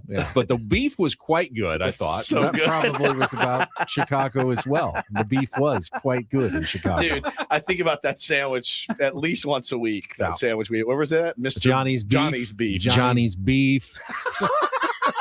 You have that? Johnny's beef. That's so good, dude. For real. So I mean, we literally like 2. I'm very interested in micro dosing. Oh my God. These are all in like the last since June. We need like 2 interns over there just firing all these drops, saving them. I know I can't keep Makes up. me realize I'm going to have my hands full next March when we have our next tournament of drops coming up with seedings for the field again. I think it's time. I think we did it the very first year. We did like a tournament of flubs, like Ben flubs. Yeah. Because we had COVID. We had no sports and we were desperate for anything. Well, we're going to be I think we need to desperate bring again. back a Ben tournament, like strictly like straight Ben. Usually if we have like All 32 time, though. drops, Yeah. like one regional, we have like 8 Ben drops and that's it. We don't want the whole tournament. I think No, I want the whole tournament. 60 4 Ben drops. All right, It's so we'll not have the- funny if I say it or We'll you have our say it. It's regular not. tournament of drops with all the drops from this past year, but I we want can a do Ben an drop for 8 all-time years. Ben drops Of all time. tournament of drops. Don't like renting out my body. Ben wants to know, Paulie, if you can be like, good job with it. Go make a sandwich. Whoa. Jeez. I love the good job, Woodsy. He's so cocky when he says it, too. What did we win? Yeah, because you flubbed first. I flubbed And first, he thinks, and he's- oh, I got you this him. time. What did we win? We won something. Here we go. There it is. Good job, Lindsay. Good What? job. Who? What? Lindsay. Good job, Lindsay. Yeah, we need a. Here we go. There it is. Good job, Lindsay. Ben says, Ben in the chat says, I think about it all the time. Good job, Lindsay. What? It's so good. Good job, Lindsay. It's so good, man. It kills me. You know, Good job, Lindsay. What happened to you? You're amazing. Oh, Absolutely incredible. God. Isn't that so much better than the reach around? That I was thought so, much too. better, Much actually. better. Much better. Fine. We will take our last time out. We will Tease the come reach back. around one more time. I can still finish the reach. I do want to get to the American League wildcard standings because, Of course you do. at the very least, I'm those not I letting find you. interesting. I'm not letting you. Deeper and deeper and deeper. Also, look ahead to the matchup tonight, Game 2 of the Padres Mets series. Take it. Coming up next on 97.3 The Fan.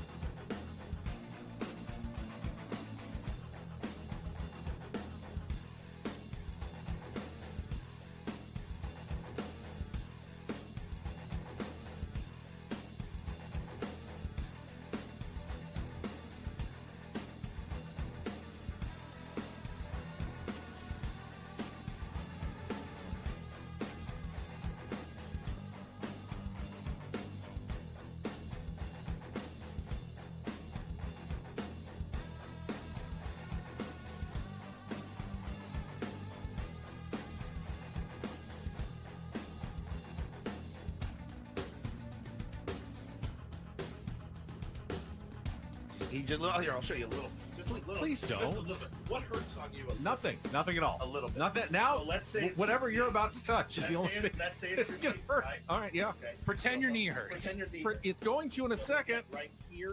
Oh, that is not pleasant. Hey, player, this is all yours. This room with this view. This speakeasy with this cocktail. Hey, could you make that too? The spa with this. Ah. And this pool on this roof. This is all for you. The all-new Hamul Casino Resort, now open.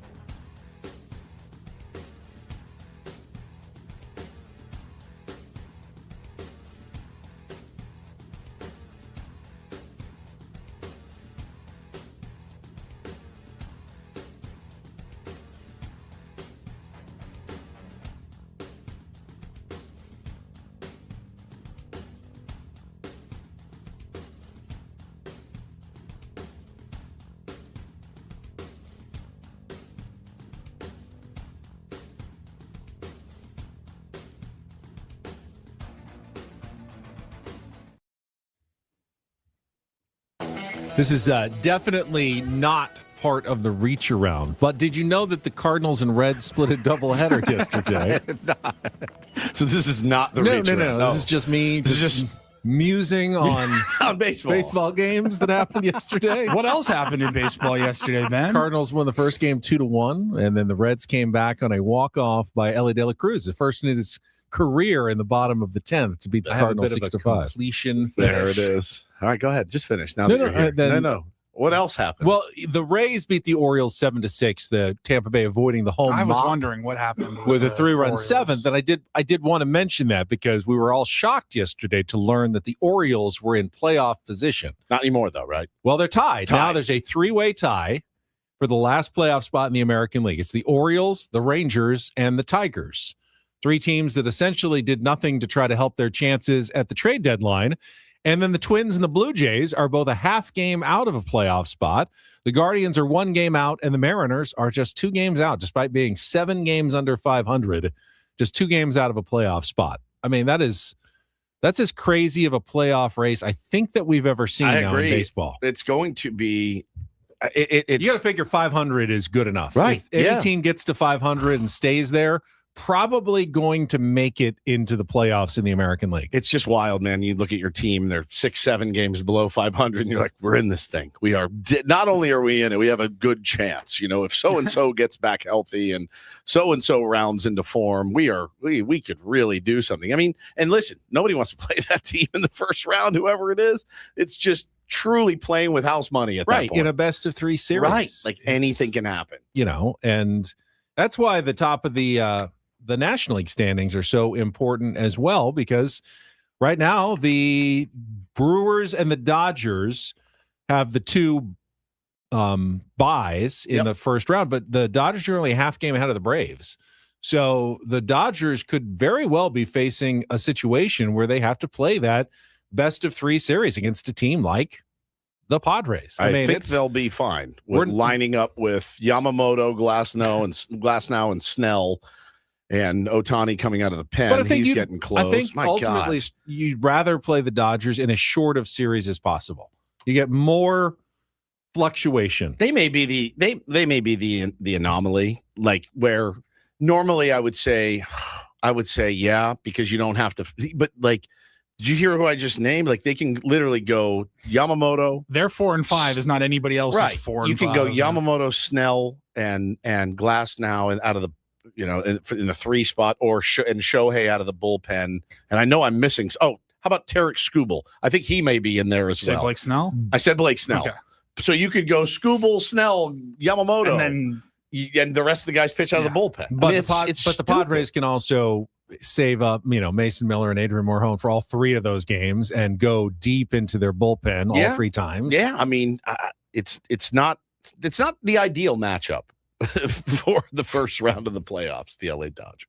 Yeah, as it stands right now, the Padres would face the Braves in the best of 3 series in Atlanta. The Phillies would be at the Cubs, and then the Brewers and Dodgers would have the buys. As it stands in the American League, depending on the tiebreakers at the moment, but it looks like the Tampa Bay Rays and then who would have the buys? Let's see. The Yankees are the top wild card, so they'd host the Red Sox. And then whoever wins the tiebreaker between the Orioles, the Rangers, and the Tigers would end up facing the White Sox, and then the Rays would be the number 1 seed. Wild. Absolutely wild in the AL. And in the NL. The NL could get squirrely as well, but you just got to handle business. You got to handle business. Go 1-0 today. Beat Zach Thornton. Yeah, so he's a lefty. He's 24 years old, and someone said kind of more of a soft tosser. Yeah. Don't know that much about Zach Thornton. 6-7 pitches he'll throw up at you, but he's fastball, slider. The percentages he's about. He throws a cutter and 4-seam.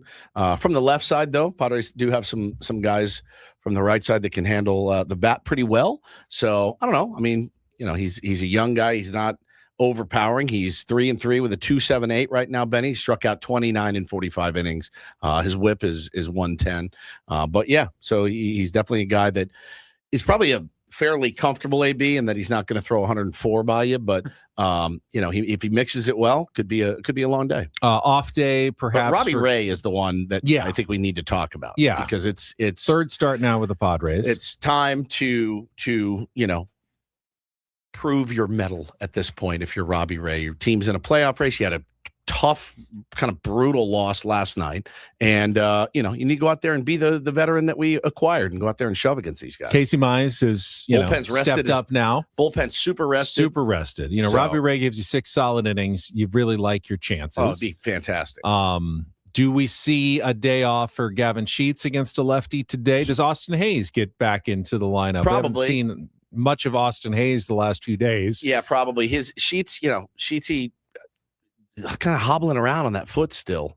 So you need him healthy. Like, I would prefer a healthy Gavin Sheets in September, to be honest. So do you give Jackson Merrill a day off? Maybe. He's been very hot, but against a lefty, and Chase Bowen put some good swings together. You could put him out in center. I feel like I need Jackson, and I feel like I need Jackson and Toddy, and I need the big dogs in there today. Gavin Sheets is hobbled at this point, so it changes the calculus a little bit. But need to take it to this guy. Also, would like to see Manny Machado. Get locked in. Yes, yes, it's time. Had a couple of good drives. I thought maybe he got one the other way. Kind of give it a little bit of the lean, but it died at the warning track. He has not hit a home run since the Miami series, which is about 3 weeks ago now, since the last time he went deep. I don't know of an extra base hit in that time either. I think it's been mostly singles. He was locked in he up was. to that point, and then he kind of just fell off. We need hot Manny again, for sure, because, and it's funny because it's like, everyone loves your saying that you coined, trademark Ben Higgins Enterprises.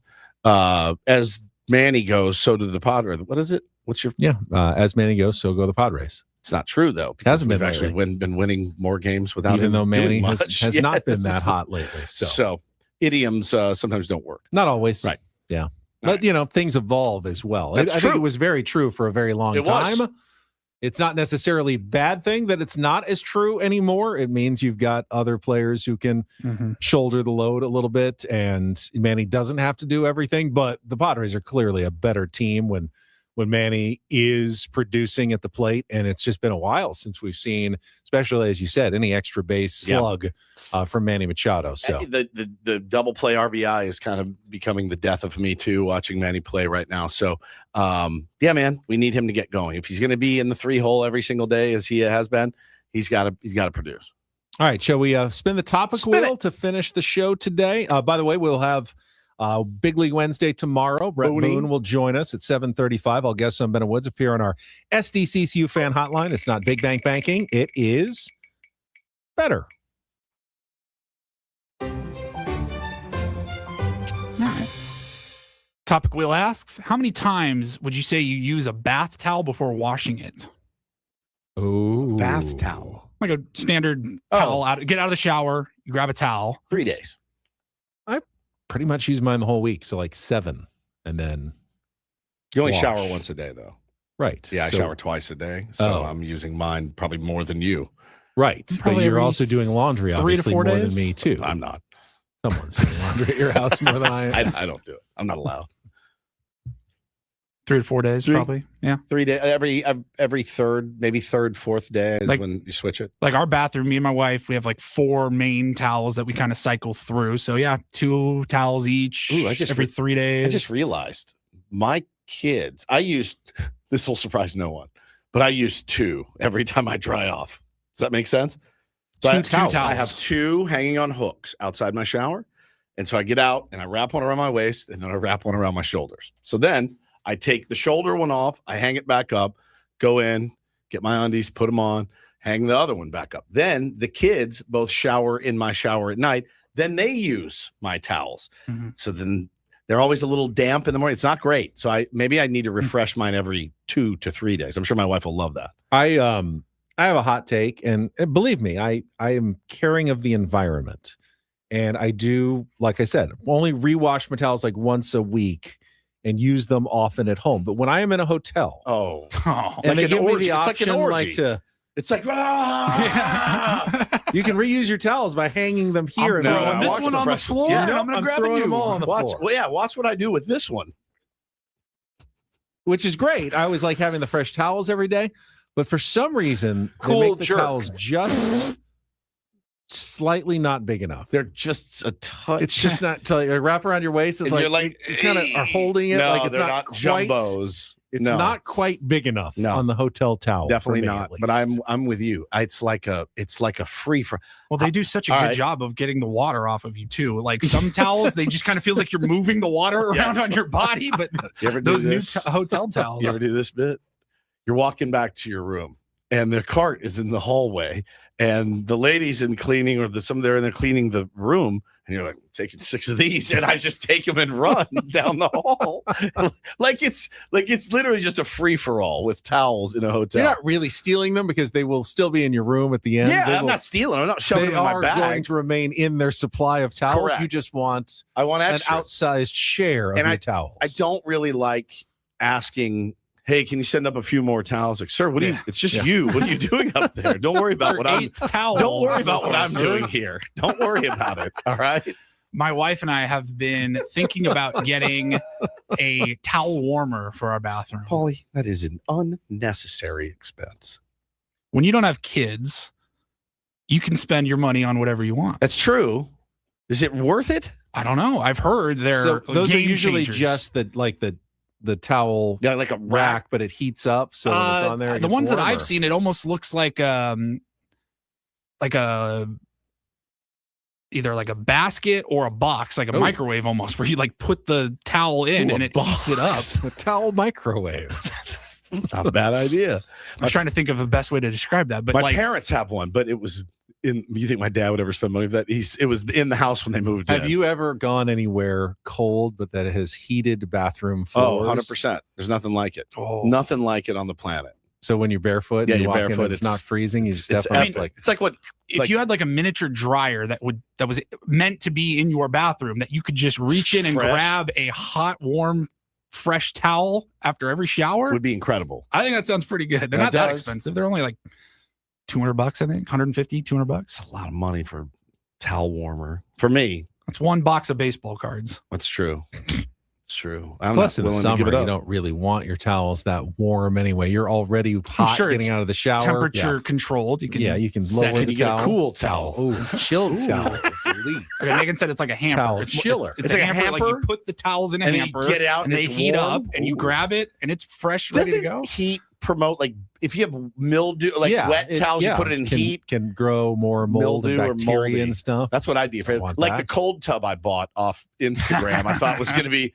Oh, it's going to last forever. It's got these little chemicals. One soak, and it was covered in black and filth and disgusting. I had to throw it away. It was $300 down the drain. And that's what I thought. You could have bought bought It's only $300. Like, I'll just yeah. get one.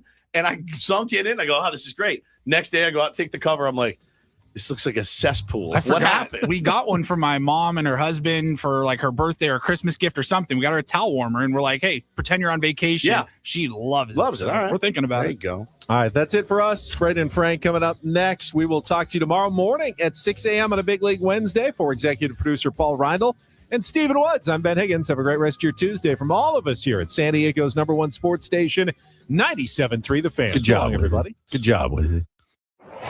Padres Mets today. Machado